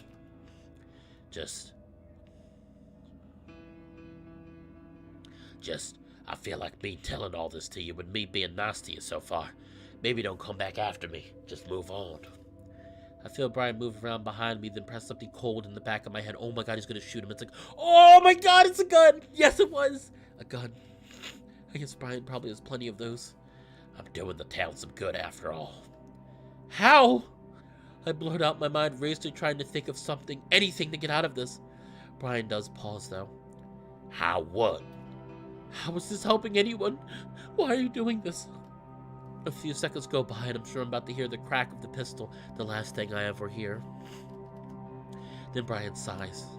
Again, I feel like I should tell you everything so you know, so you don't have to come back and fuck with me. But Duke, he said this all started when you came back. I told you, I have no idea why! My voice rises in pitch as I start to panic. Duke had already tried to kill me even after we tried to convince him I had nothing to do with any of this. Not any of this? Are you sure of that? I feel Brian set his feet behind me and I can picture him getting ready to pull the trigger. I'm gonna die. This keeps happening, doesn't it? This hysteria. I'm sorry. Remember, this is for the good of the town. To me, it's like the town holds its breath, letting all the evil build up until it has to let it all out in one big go. Brian grips into my head for pressing the barrel of the gun to the back of my head. And you brought a lot of guilt and evil with you back to this town. Maybe that was enough to push it over the edge again. Rest easy. So in a way, it is your fault, isn't it? My eyes are watering and I don't know if it's from Brian's grip on my fur or from crying. Help me. I say it to you. Look to the right. Oh, we only have one choice. Are we gonna die? I glance to my right and see something standing in the entrance to our little hollow. It's faint, either because of the dim lighting or because the thing itself is quite opaque. It's tall, white, and gangly, and its long fingers nearly touch the ground. Its face is heart-shaped. The whiteness of it is interrupted by massive, shiny black eyes in its face. It stands there motionless, watching us. I stare back, open-mouthed. Brian must have taken notice, because the next thing I know, the bear squeals. It's so loud and high-pitched I wince. Brian lets me go just as the thing moves. It seems to lean forward and glide towards us, but the gliding is silted, like a film of half seconds missing from it. It flickers, seeming to turn transparent as it grows closer, the white fading to pink, then a bright red for a brief second before reverting. I'm frozen, kneeling as I watch. Brian backs away and promptly steps on the flashlight. The lighting careens sideways and I look over to see Brian's foot slip on the Cinderellic flashlight before his rump comes down hard on top of it. All light is extinguished and I can't see the thinker Brian now. I hear him, though, as he lets out another screech of pure fear like a wounded animal. I hear something else, too. A voice that's also high-pitched, babbling something fast and senseless. It's like a tape recorder being rewound. Brian's screeching impossibly turns up a notch, and I instinctively move forward, away from the horrible sounds, and I pitch forward into the hole. The smell engulfs me, and I can feel the hard, knobbly things in the dirt around me. Where are we going? Just taking a back road. But we're leaving the city. Yeah, well, I live outside the city. You didn't tell me that. Let's just go back to the club. Alright, pull the fuck over and let me out. I said pull over! Where the fuck is the lock? You'd best not be doing that. Hey, get off of me! I gasp and scramble out of the grave, gagging uncontrollably. Once I'm out, I curl up on my side, drawing in my knees again. The horrible screeching and bizarre babbling language continue, though the sounds from Brian are more ragged now. Occasionally, the room flashes with light as Brian shifts around, but I face the wall, not wanting to look. Get up. I curl up tighter, just waiting, hoping that I wake up. You sniveling little shit, get up. I press my face into the dirt. Trust me, there's far worse out there, and it's coming for you unless you get up and get out. I've given up. Oh my gosh, get up. You force yourself up onto your hands and knees and start crawling in the direction of the exit. The flashlight continues to be rolled around, giving you glimpses of where you're going. The sounds from Brian have stopped. Now it's just the mechanical gibberish that seems to be growing in pitch and speed. But you don't look back. You don't need to see that. The otter is already broken enough. Soon you're crawling through the exit and the I can't read that word behind you is immediately muted. It becomes more and more faint until it almost disappears as you come out the other side. Once you're free, you stand up in the comparatively fresh coal air, comparatively. The main tunnel. You remember this place. You also know the tunnel's like the back of your hand. It's pitch black, but if you feel along the walls, you should be able to find your way out. You head to the right, down toward the end of the main tunnel with your right hand dragging along the wall. Then when you feel an opening with your hand, you take a left and another right. And finally, a final right that takes you out the back exit. Nick had drilled the directions into your head far too many times for you to. Red eyes appear at the end of the tunnel, at the end of the last stretch. You freeze and observe. Things in the mines can hurt you far worse than things outside. Brian had just experienced that, but you're not sure. Is this one of the otter's demons, or... No, it's something else. Something you're not quite seeing correctly. A friend. The lizard. He's warped. Oh my god, it's Flynn! Oh my god, Flynn's alive! I thought he was dead! Chase! Oh my god! Oh, he's still alive! Oh, we're all still alive. The only person... Who are we missing? I don't even know. Who the fuck are we missing? Oh, who are we missing? Fuck. I feel like a person I'm missing. No, I think that's all of them. Leo, TJ, Carl, Flynn. No, this is it. Okay. Oh, we're all alive. Oh, we're all alive. I slumped to my knees, shaking uncontrollably as Flynn shines a light down on me. Fuck, Chase. Come on, let's go. Flynn takes me to my feet, and the next thing I know, I'm stumbling after him. Out of the mind and out of what I'm now completely convinced is hell. I sit in the passenger seat of Flynn's truck, feeling numb. I choose to stare out the window, watching the desert rush by as Flynn tries to ask me questions.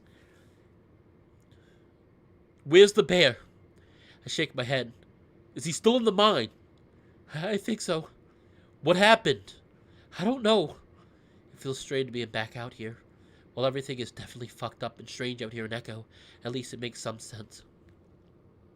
The mine is completely different. It's... chaos. That's the word. Chaos. What? How did you find me? I look back at Flynn and see that he's staring at me closely, barely keeping an eye on the road. I went to Leo's house, found all you guys there except you, of course. Just waiting? I don't know how to feel about the idea of all of my friends just sitting around while a serial killer has kidnapped me. Of course, none of us really knew Brian was a serial killer. Well, a lot was going on. Caduceus, that raccoon, is the one that told me you were missing. Leo, on the other hand, said you were fine, that he saw you around the house. What? Flynn shrugs. I have no fucking clue, but he's practically holding everyone hostage. Wouldn't give the keys up, so I had to take my own truck out here. Is everyone okay? Hopefully. Jenna said she tried to keep him calm when I came out and looked for you. How did you know I was in the mine? Well, Caduceus pointed out the direction you went. I drove up the canyon since it's basically the only place he could go. I saw where he parked and knew he'd taken you in there. But how did you know about that back entrance? Flynn smirks as we come out of the curvy Echo Canyon and onto a straight road to Echo. Does it really matter? Either way, I know a lot about the town. I watch Flynn for a while until he finally glances back at me. What? Where the hell have you been the past few days? Oh, in the town hall managing stuff. Stuff. Like everything going on, I tried to find you guys at the hotel at Carl's house, but I didn't see anyone. Assumed you tried to leave. That answer is far from satisfactory, but I have no energy to dig deeper. So are we going back? Yep. Then what? Well, they were saying something about a train, so I assume you tried to get out that way. Sounds like you already found you can't drive out. Yeah. We turn onto the road to Leo's house, and as I watch the house draw closer, I can't help the growing sense of dread in the pit of my stomach. As soon as we step through the doorway, I'm engulfed in a combination of beige, gray, black, and white furs surrounded by my friends. Jenna, Carl, and Caduza were all talking at once, asking me how I am, what happened, if I'm okay. Flynn puts up his hands. Guys, let him breathe. I don't think he's up for talking too much. Jenna and Carl step back, but Caduza doesn't. He's got a hand on my shoulder, gripping it like he doesn't think I'm real. Hey, I'm sorry. I should have been more careful. I should have let you piss on my fucking carpet instead or something. It takes me a second to realize what he's talking about. The thing that got me into Brian's trap in the first place. It makes me laugh a bit at how earnest Caduza looks compared to what just came out of his mouth. I also realize that I want to hug him really, really badly, so I do. I feel the raccoon stiffen up for a moment, then hug back. It feels so fucking good to be in the arms of someone I trust, and it seems to break through the numbness that I'm feeling at least a little bit. Carl seems to take that as an invitation to hug as well, and Jenna joins in. I don't mind, and I wish I could stay like this forever. Actually, I just wish this all hadn't happened in the first place. It comes to an end eventually, and Caduza's last to draw back. I'm about to ask where TG is when I see Leo. The wolf stands at the entrance of the hallway, his eyes on me and Caduza. He's got a pillow in one paw, and his shirt is hitched up over his stomach a bit, like he just pulled it on. What are you doing? The room goes quiet, and the mood immediately changes. Carl, Jenna, and Caduza all look weary. No one says anything. I clear my throat. I'm back. Brian took me to...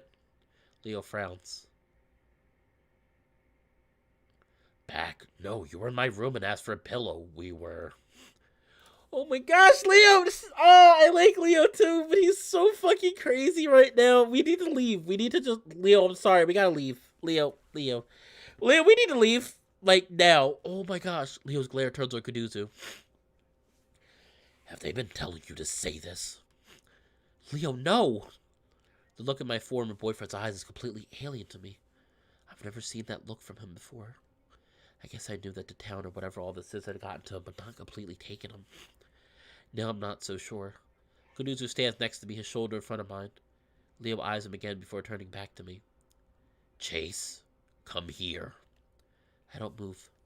The room is completely silent. Chase, I said come here.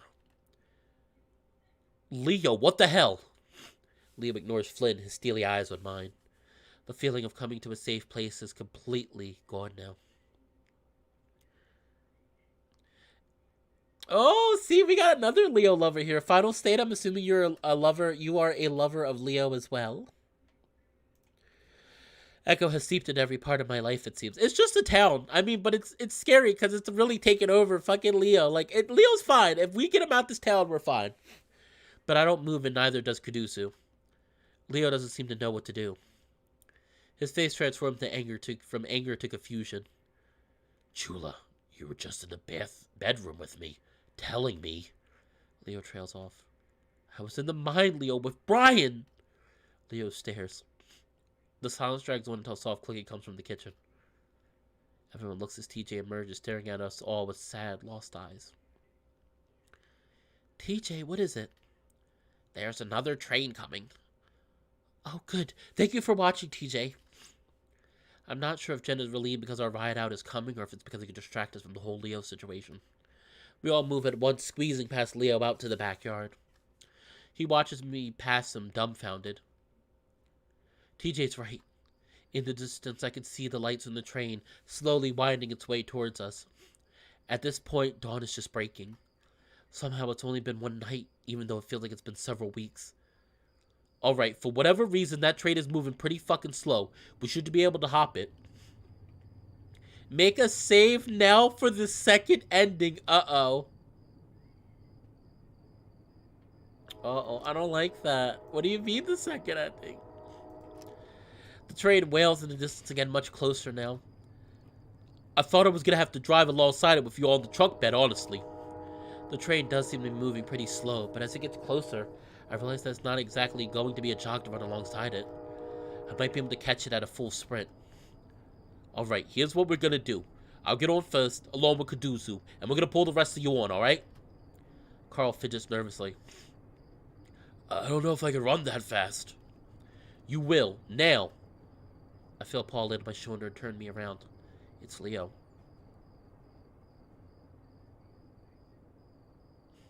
Hey. Hey, what is it? I look back at Flynn wanting to hear what he's saying. Listen to me. Everything I already saved. Listen to me. Everything you said at the house, did you mean it? Huh? What did I say? Leo looks impatient. What you said about loving me, wanting to be with me forever. You meant that, right? What? The train is approaching. We have maybe a minute. What the fuck? Why are you acting like you don't fucking remember? Leo bristles, teeth bared, eyes narrowing.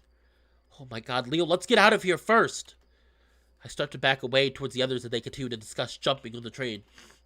No. Leo grabs my shoulder, looking me right in the eye. He makes an effort to calm down, closing his eyes a moment before opening them.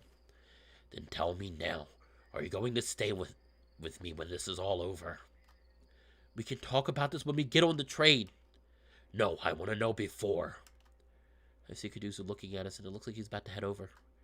Just tell the truth. That's all I want. Oh, no! No! No, I don't like this choice. I don't want to make this... Oh. I don't want to make this choice. Oh my gosh, I don't want to make this choice. I don't want to make this choice. I don't like this. Oh no.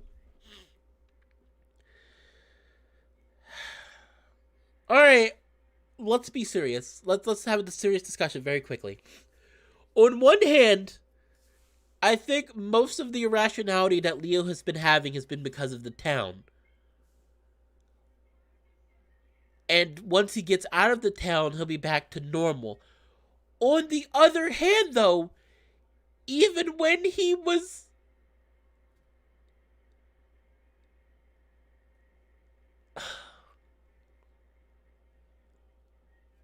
On the other hand, though, he was already a little possessive according to dialogue we've been giving beforehand. But I think they could make it work. But I don't know. I don't know right now. He needs to get out the town. And I feel like if I... Oh, it's a good or bad end? No! Oh, no! I feel like I need to get out the town, and I'm really scared. If I say we'll work something out, he's going to be like, okay, we don't need to leave the town. Because you could tell Echo's completely taking him over. The entity's completely taking him over. If I say it's over, maybe it'll snap him out of the possession he's in. But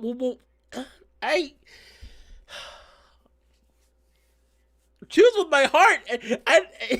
People are gonna hate me because if it's choosing with my heart, I don't know. I want to work something out, but I feel like I want to work something out, but I don't want to work out something with him right now because I feel like he's a little. Yeah, but I'm not gonna go through both endings. Probably whatever ending I get. That's the thing. Whatever ending I get is going to be the ending that we have, and then I'll probably make a separate video just to have the other ending on. But like the stream, I'll just whatever ending I get. That was good. Oh my god.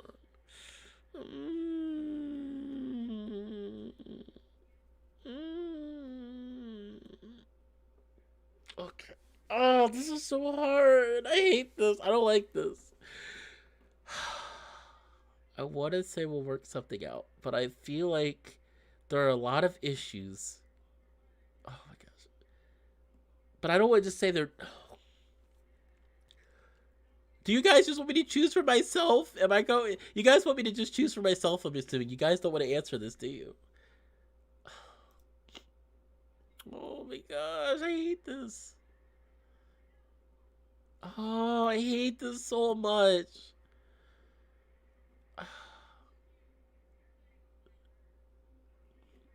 Oh, this guy said kiss your tail goodbye. What are you saying, I die? Or the town kills me? Oh, so that is... Oh, fuck. Alright, fine, it's over. It's over. I hate saying... I hate this. I hate this choice. I don't like this choice because I really like Leo. Leo's eyes bore into mine as I look. I don't want to answer. I really want to just end the stream right now and pretend this choice never happened. I would have pretended at the end that Leo's route just ends with us waiting for the train.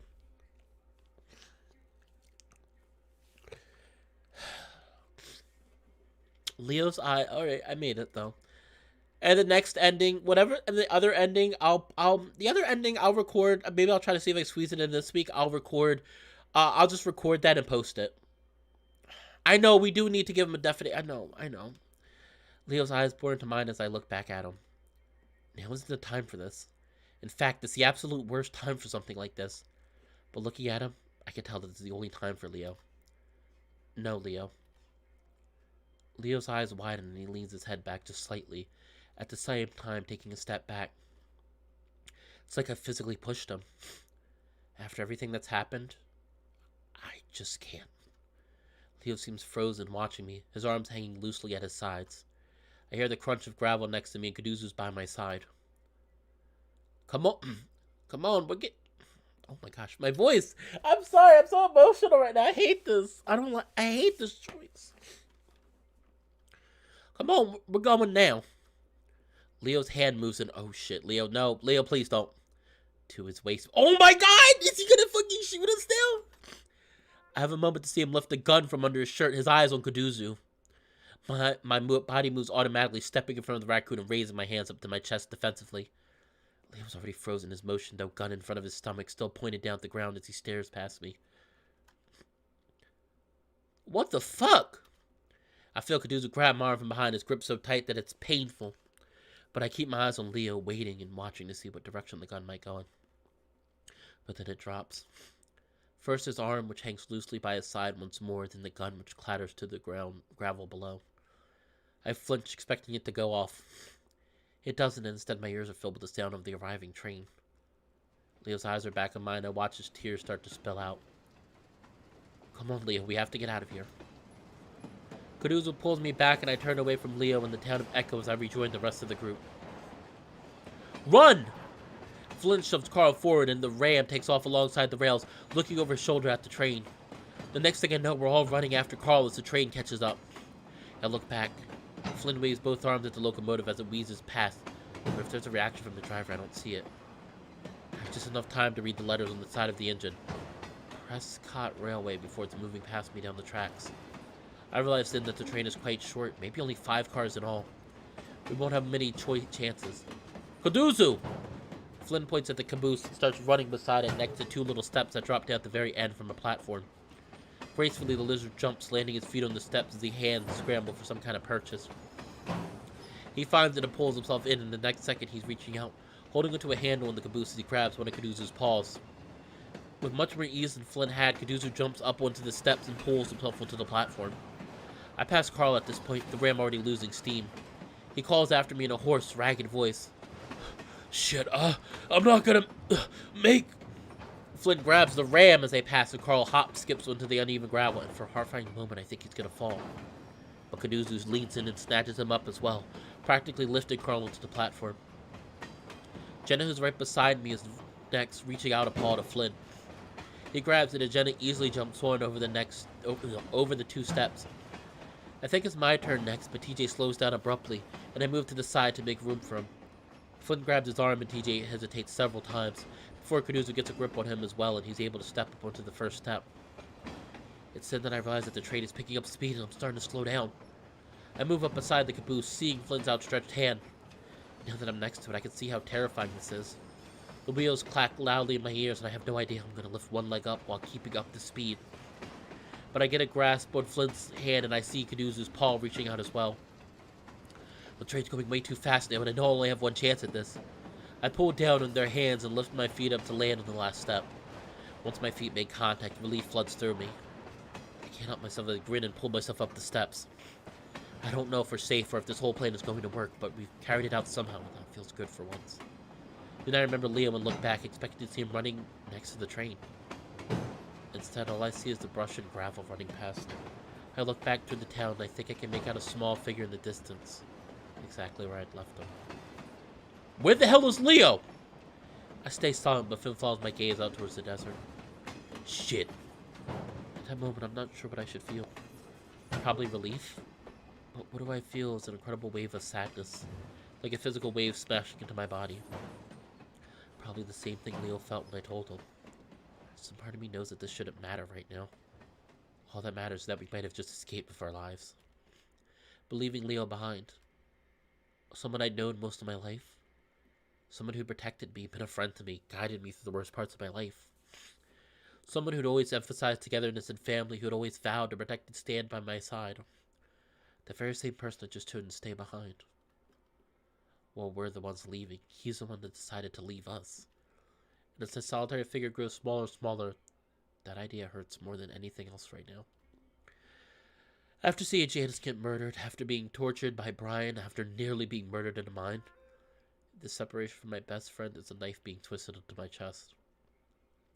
I sink to my knees, holding onto the railing, wondering if I should have stayed behind. Because the Leo I'd just been with isn't the Leo I really know. He needed help and I just abandoned him. I should have stayed behind. Hot tears spill over my cheeks as I stare at the metal platform. Fuck you. We say the words under my breath, but there's more rage behind them than anything I ever said in my life. And they're meant for echo. Fuck you for killing Janice. Fuck you for hurting William. William? Who's William?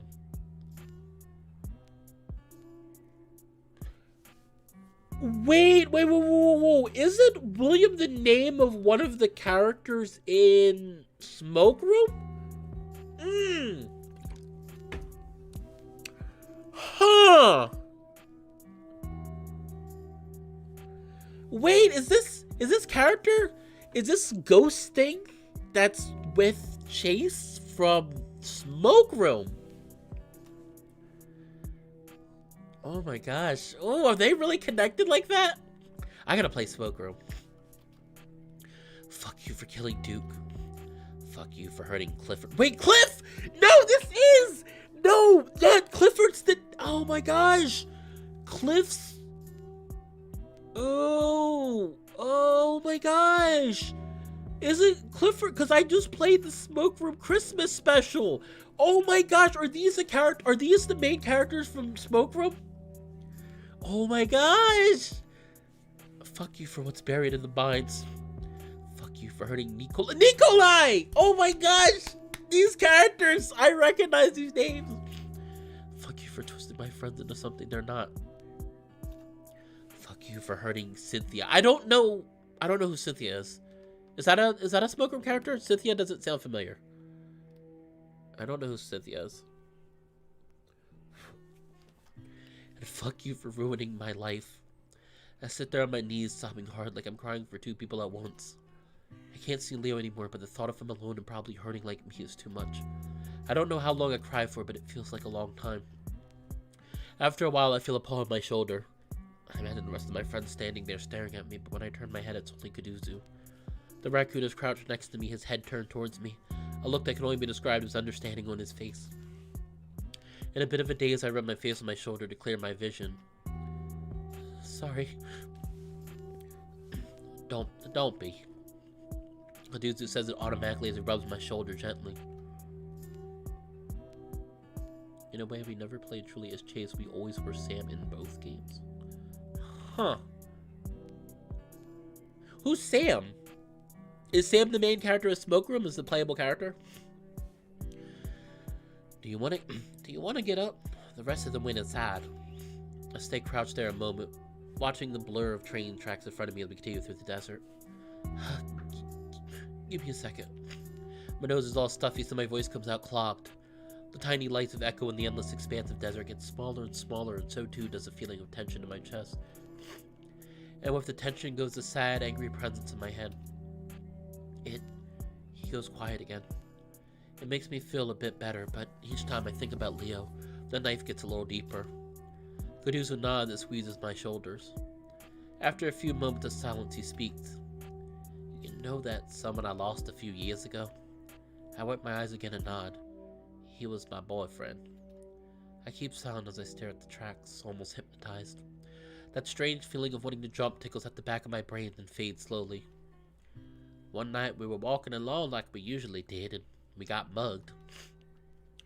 We should have just given him everything, but my boyfriend, of course, stepped forward, confronted the guy, and got shot. I glance back at the raccoon with no idea what to say. Kaduzu shakes his head like he's coming out of a dream. I'm just saying that I'm here.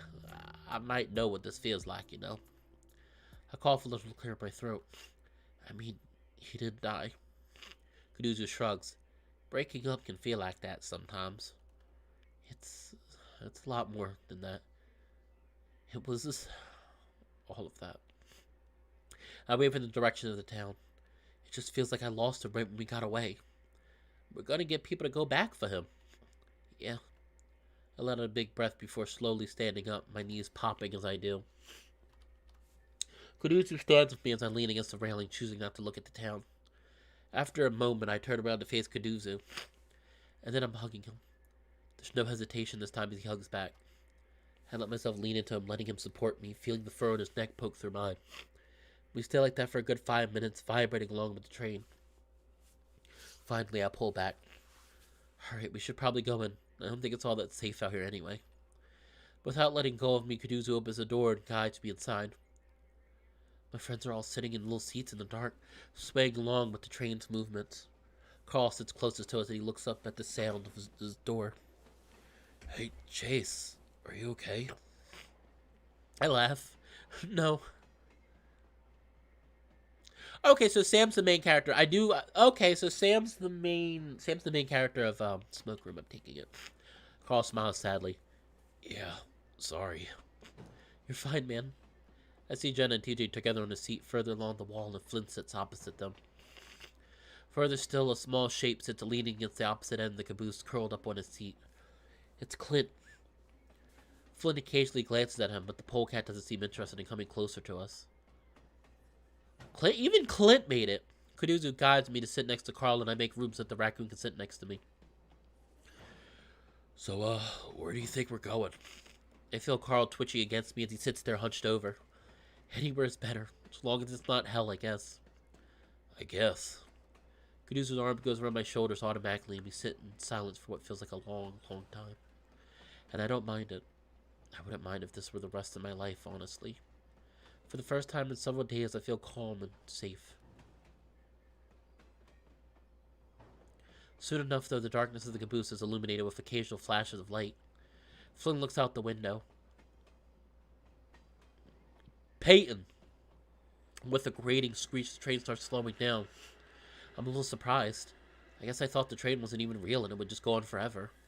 But now it comes to a slow, stuttering stop. We all sit in the dark, quiet, listening, and then Flynn stands up and opens the door. Soft orange light spills inside. What the hell? Out of the doorway, I see rows of train tracks occupied with other boxcars. Someone moves into view. It's an older-looking fox in overalls. He stares up at us like we're aliens. Where the hell did you come from? A moment of silence goes by before Flynn clears his throat. We're from Echo.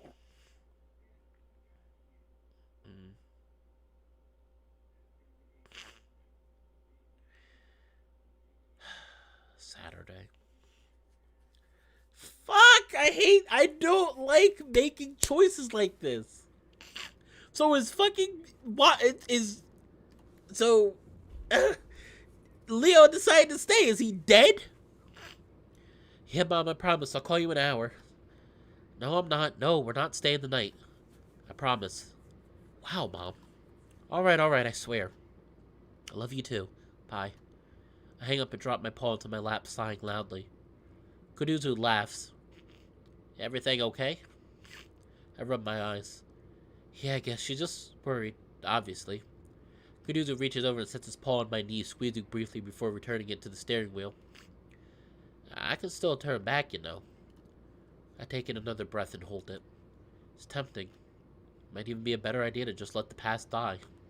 But now that I'm leaving the area for good, I want to see it one more time. The town and Leo. I let the breath out.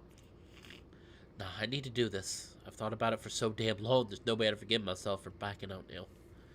I need closure. Alright, but if he gets weird at all, I'm taking you the hell out of there. He won't. He's back to normal. As much as any of us can be anyway.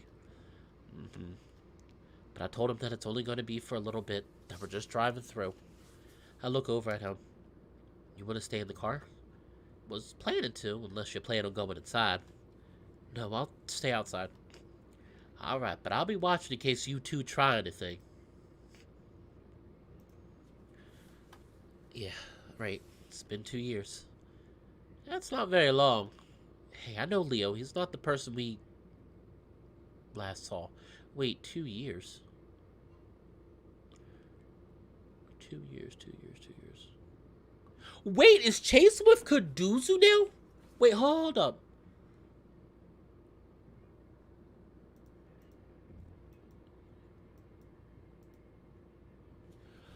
Oh, did Chase get with Kuduzu now? Oh, so we haven't been back to the place in 2 years. Oh my gosh. So this is a flash forward. Yeah, I know. I feel my stomach tighten as I suddenly realize we're driving past the lake, then onto Main Street. It's completely abandoned, but then we pass the motel. The windows are all boarded up, but the parking lot is filled with weird cracks, I remember. But I'm hit with a wave of familiarity all the same. Standing in the parking lot are two people. Pointing at the motel is a large black bear, and in front of him stands a canine of some kind with a video camera.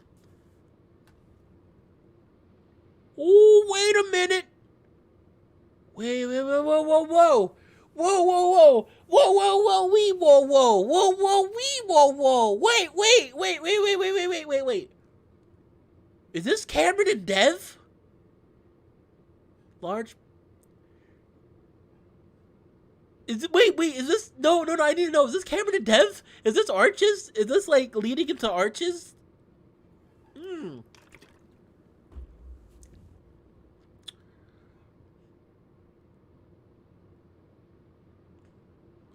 My God, is this whole, all these games are connected?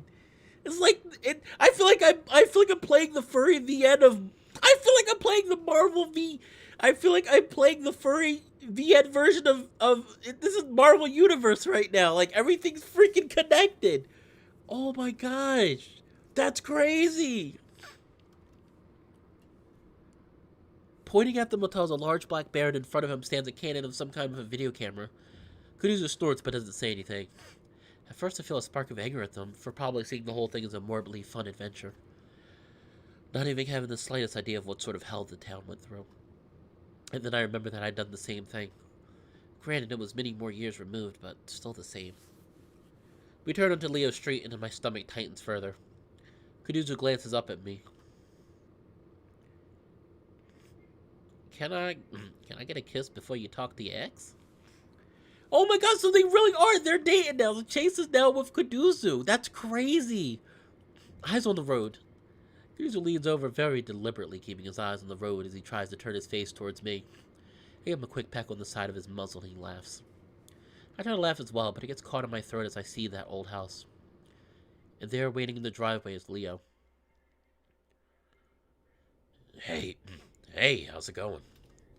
Leo cheerfully greets me as I open my door. It catches me off guard a little bit, his mood being so different from mine. Hey, Leo, what's up? Leo has his paws shoved in his pockets, but still manages to shrug. Not much. You? Not much. Leo ducks his head and looks in at Kuduzu. Hey, Cud, you alright? Kuduzu awkwardly answers from behind me. Yeah, I'm okay. There's a moment of silence as I try to think of what to say or do. I hadn't expected Leo to just meet me outside. Did you want to come in for a beer or something? Oh, I'm actually driving for the next couple of hours. Yeah, we were just stopping by for a minute. Okay. Leo's smile falters a little bit, then he shrugs again. Want to go for a walk then? Stretch your legs? I look back at Kuduzu, but he doesn't say anything. Doesn't give me a hint as to what he's thinking. None of the Echo route endings have been confirmed to be heading to Arches, as far as I know. Okay. I feel like it relates to Arches, though. He's leaving the decision up to me. Yeah, sure. Leo ducks his head again. You want to come, Cud? You want to come, Cud? Kuduzu hesitates and shakes his head. Nah, you two go ahead. I prefer the AC. Alright, cool. Feeling just a little tension between the two of them, I quickly jump out and shut my door. I look over at the rail yard, which is in full view of the car, and point. Want to walk over there? Sure. I can't believe you guys are back in Echo. So, you've just been hanging out here for the past 2 years? A little bit. Spent a lot of time with my parents. I'm moving back in with them right now, actually. Oh, yeah? Yeah, it sucks, but honestly, I can't stand all the vultures scavenging around for stories here. Sounds like it, but at least you'll be around other people, right? Yeah, it's officially a ghost town now, if you hadn't noticed. I look out over the rest of the town toward the motel and convenience store and all the tiny houses and trailers in between. Not a single person. I actually visit a car once in a while over the summer. Leo nods up towards the mountains, and I see the big mansion glitting gently in the sunset. Hey, that's cool. I hear he's doing pretty good at school right now. Good. Are you going back to school? Listen, Final State. Leo was an adorable, handsome man. I'm not gonna butcher him like that. But Final State is making fun of me because I played a game with friends and I did my Spanish accent and it was hilarious. Well, but I don't know, Final State. Maybe I'll do it today with the MC when we play Reuniting. Good. Are you going back to school? Meh. I shrugged my shoulders, walking up to the train tracks to straddle the steel rails. Not in Pueblo since we're moving up a couple states, but probably eventually. There's a lull in the conversation as we both go quiet. I look around, wondering if this was the spot where we hopped the train. The train that turned out to be an old engine and caboose on its way to Peyton, where it was then transferred to a train museum. It had been traveling at a gentle 10 miles per hour to keep from derailing off the old tracks, just slow enough for us to catch.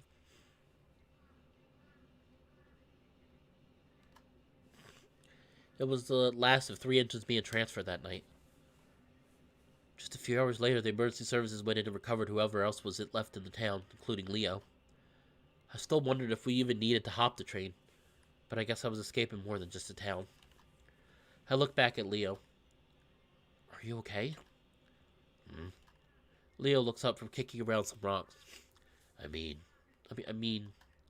I scratched my head vigorously, trying to think of how not to say the wrong thing. Have you been doing okay? Are you happy? Leo smiles.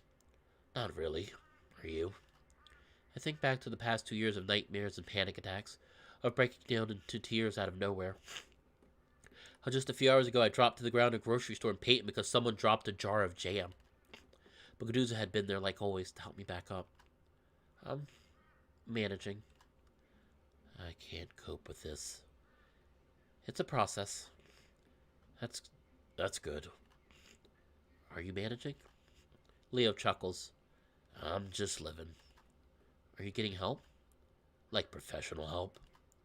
Yeah. No. Oh, well, it could really help. I like to do things on my own these days. Leo looks back toward the car. Canoes are barely visible through the windows. People can help. You don't have to do everything on your own. I think it's best if I stay away from people for now. I noticed the anchor bracelet missing from Leo's wrist. Oh, wow, I didn't even notice that. Oh, no, he took it. They're completely done. I didn't even notice till he told this line. Yeah, he doesn't have the anchor bracelet anymore. Oh my gosh.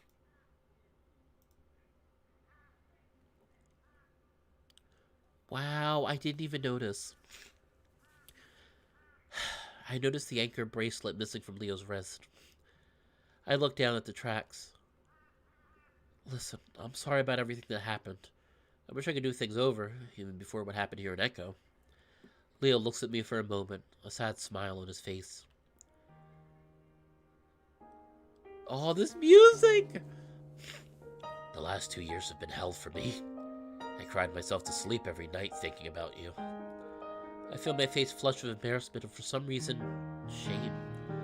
But last month, for the first time, it stopped. I stopped thinking about you every hour. I stopped thinking about what you might be doing, about how he might be treating you, about whether or not you're thinking of me. Yeah, I still think about you sometimes, and when I do, I still cry. But now it hurts less, so yeah, I am doing better, Chase. Oh, well, that's good. I have no right to feel a little sad, but I do. Chase, you're an asshole. Fuck. I hate Chase right now. Chase, I hate Chase right now. Hey, Chase, you're an asshole. He's like, I'm really sad that Leo's finally managed to move on with our relationship. How dare he not cry and cry and torture himself for the fact that we've officially broken up since 2 years ago. How dare he? Oh, I hate Chase. Chase, you're an asshole. I mean, I hate that. And that happens in real life too. That happens in real life all the time. I'm sorry, Chase, for not protecting you the way I should have. For trying to control you and do all that shady shit behind your back. Whatever the fuck was in this town that made us all go crazy, I realized it twisted up my thinking. But those thoughts were always there. I could just brought it up to the surface. So I'm a shitty person and you made me realize that. And I'm sorry I brought you into it. Just know that I really did love you. Leo looks over my shoulder at the car again. Anyway, you should get back to Cud. He'll take care of you and I hope you'll take care of him. Okay? My mouth hangs open a little bit, but that snaps me back to reality. Yeah, I'll do that. I start walking back to the car, but Leo doesn't follow me. I pause. Do you want my new number? We can talk. No. The surprised look on my face makes Leo laugh. Wow. It's a real laugh. Kind of sad, kind of happy, but real. That wouldn't be good for either of us. So we're just saying goodbye forever? That old knife in my heart starts twisting again. Leo shrugs. You never know. I stand there 10 feet away from my first boyfriend. My first kiss in this very rail yard. My best friend. But hey, if you drive through Peyton again, I'm always hoping to have another chat. Maybe you'll catch me in a better place. We will discuss that, Patario. I agree with your statement, though, but we will get to that.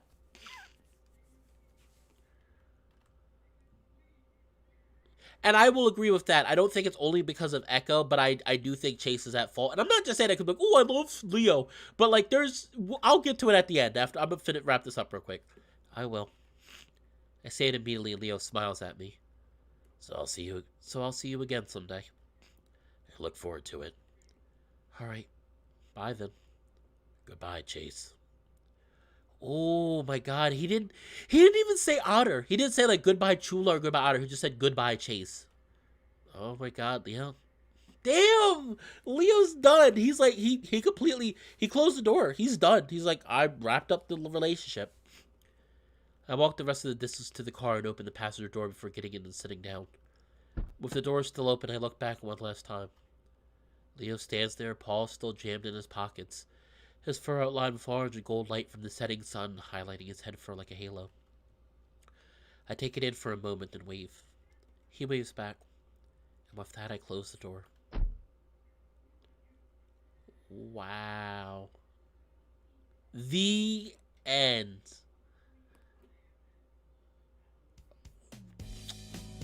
Wow! I was not expecting that ending. Yep, writing Hallie McSkinny, editing Hallie McSkinny, scripting Hallie McSkinny, animation, I don't know, user interface Hallie, sprite illustration, sprite edits, McSkinny, background illustrations, Dastra background illustrations, Arch's background illustrations, the Smoke Room sprite illustrations. Oh, they have everything here. Holy crap. 2012 to 2021. Hop, skip, and the chew toys. Well, original soundtrack backstage.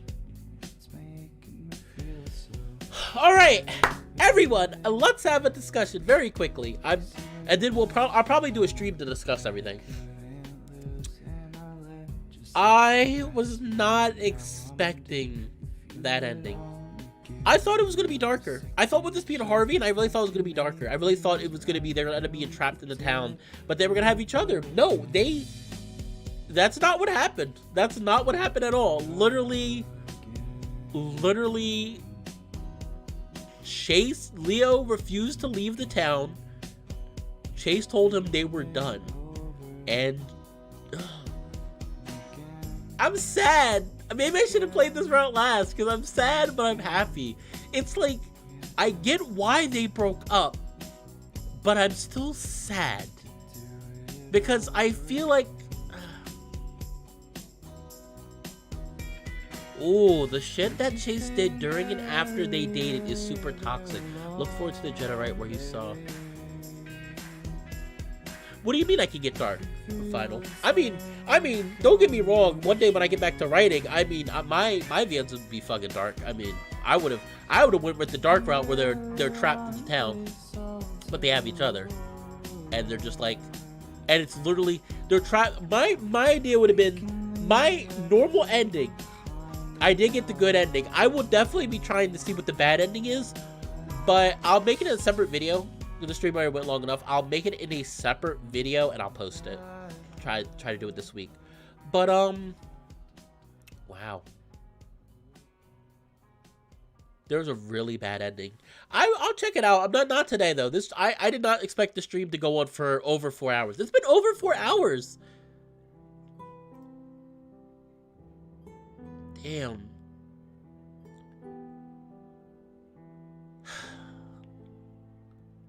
I'm sad. I was hoping they would stay, or I feel like and I mean, especially with that flash forward, I wasn't expecting that at all.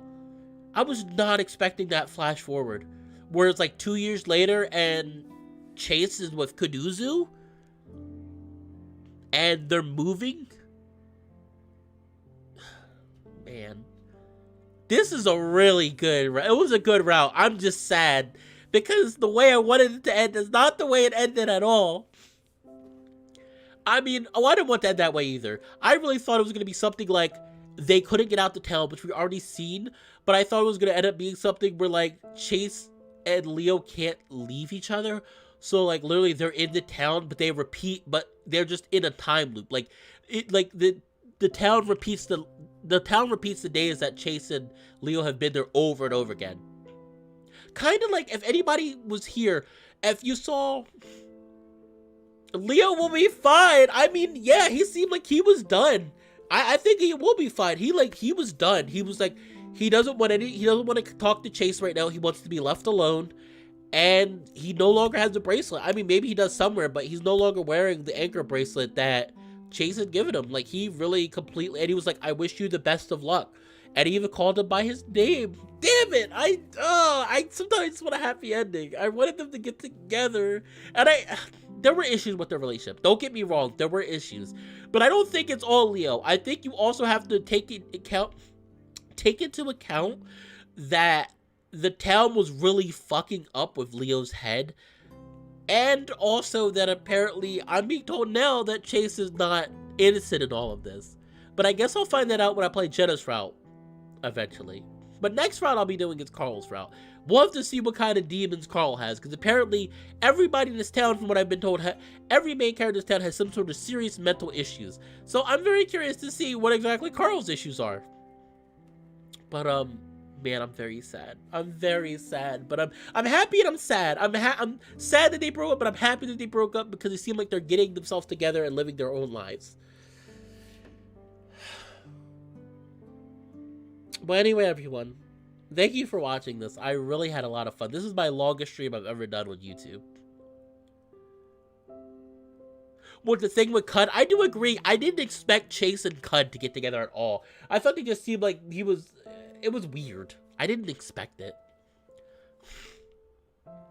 But anyway, thank you so much, everyone, for watching. Once again, I'd like to say, if you really enjoy my content and you really like to help continue to support me making videos and streams like this, you can feel free to donate to my PayPal, or you can even become a patron. It helps me out immensely. Just $1 a month helps immensely. And for something as simple as $1 a month, you will get a shout out on my video at the beginning of each month, and you will get get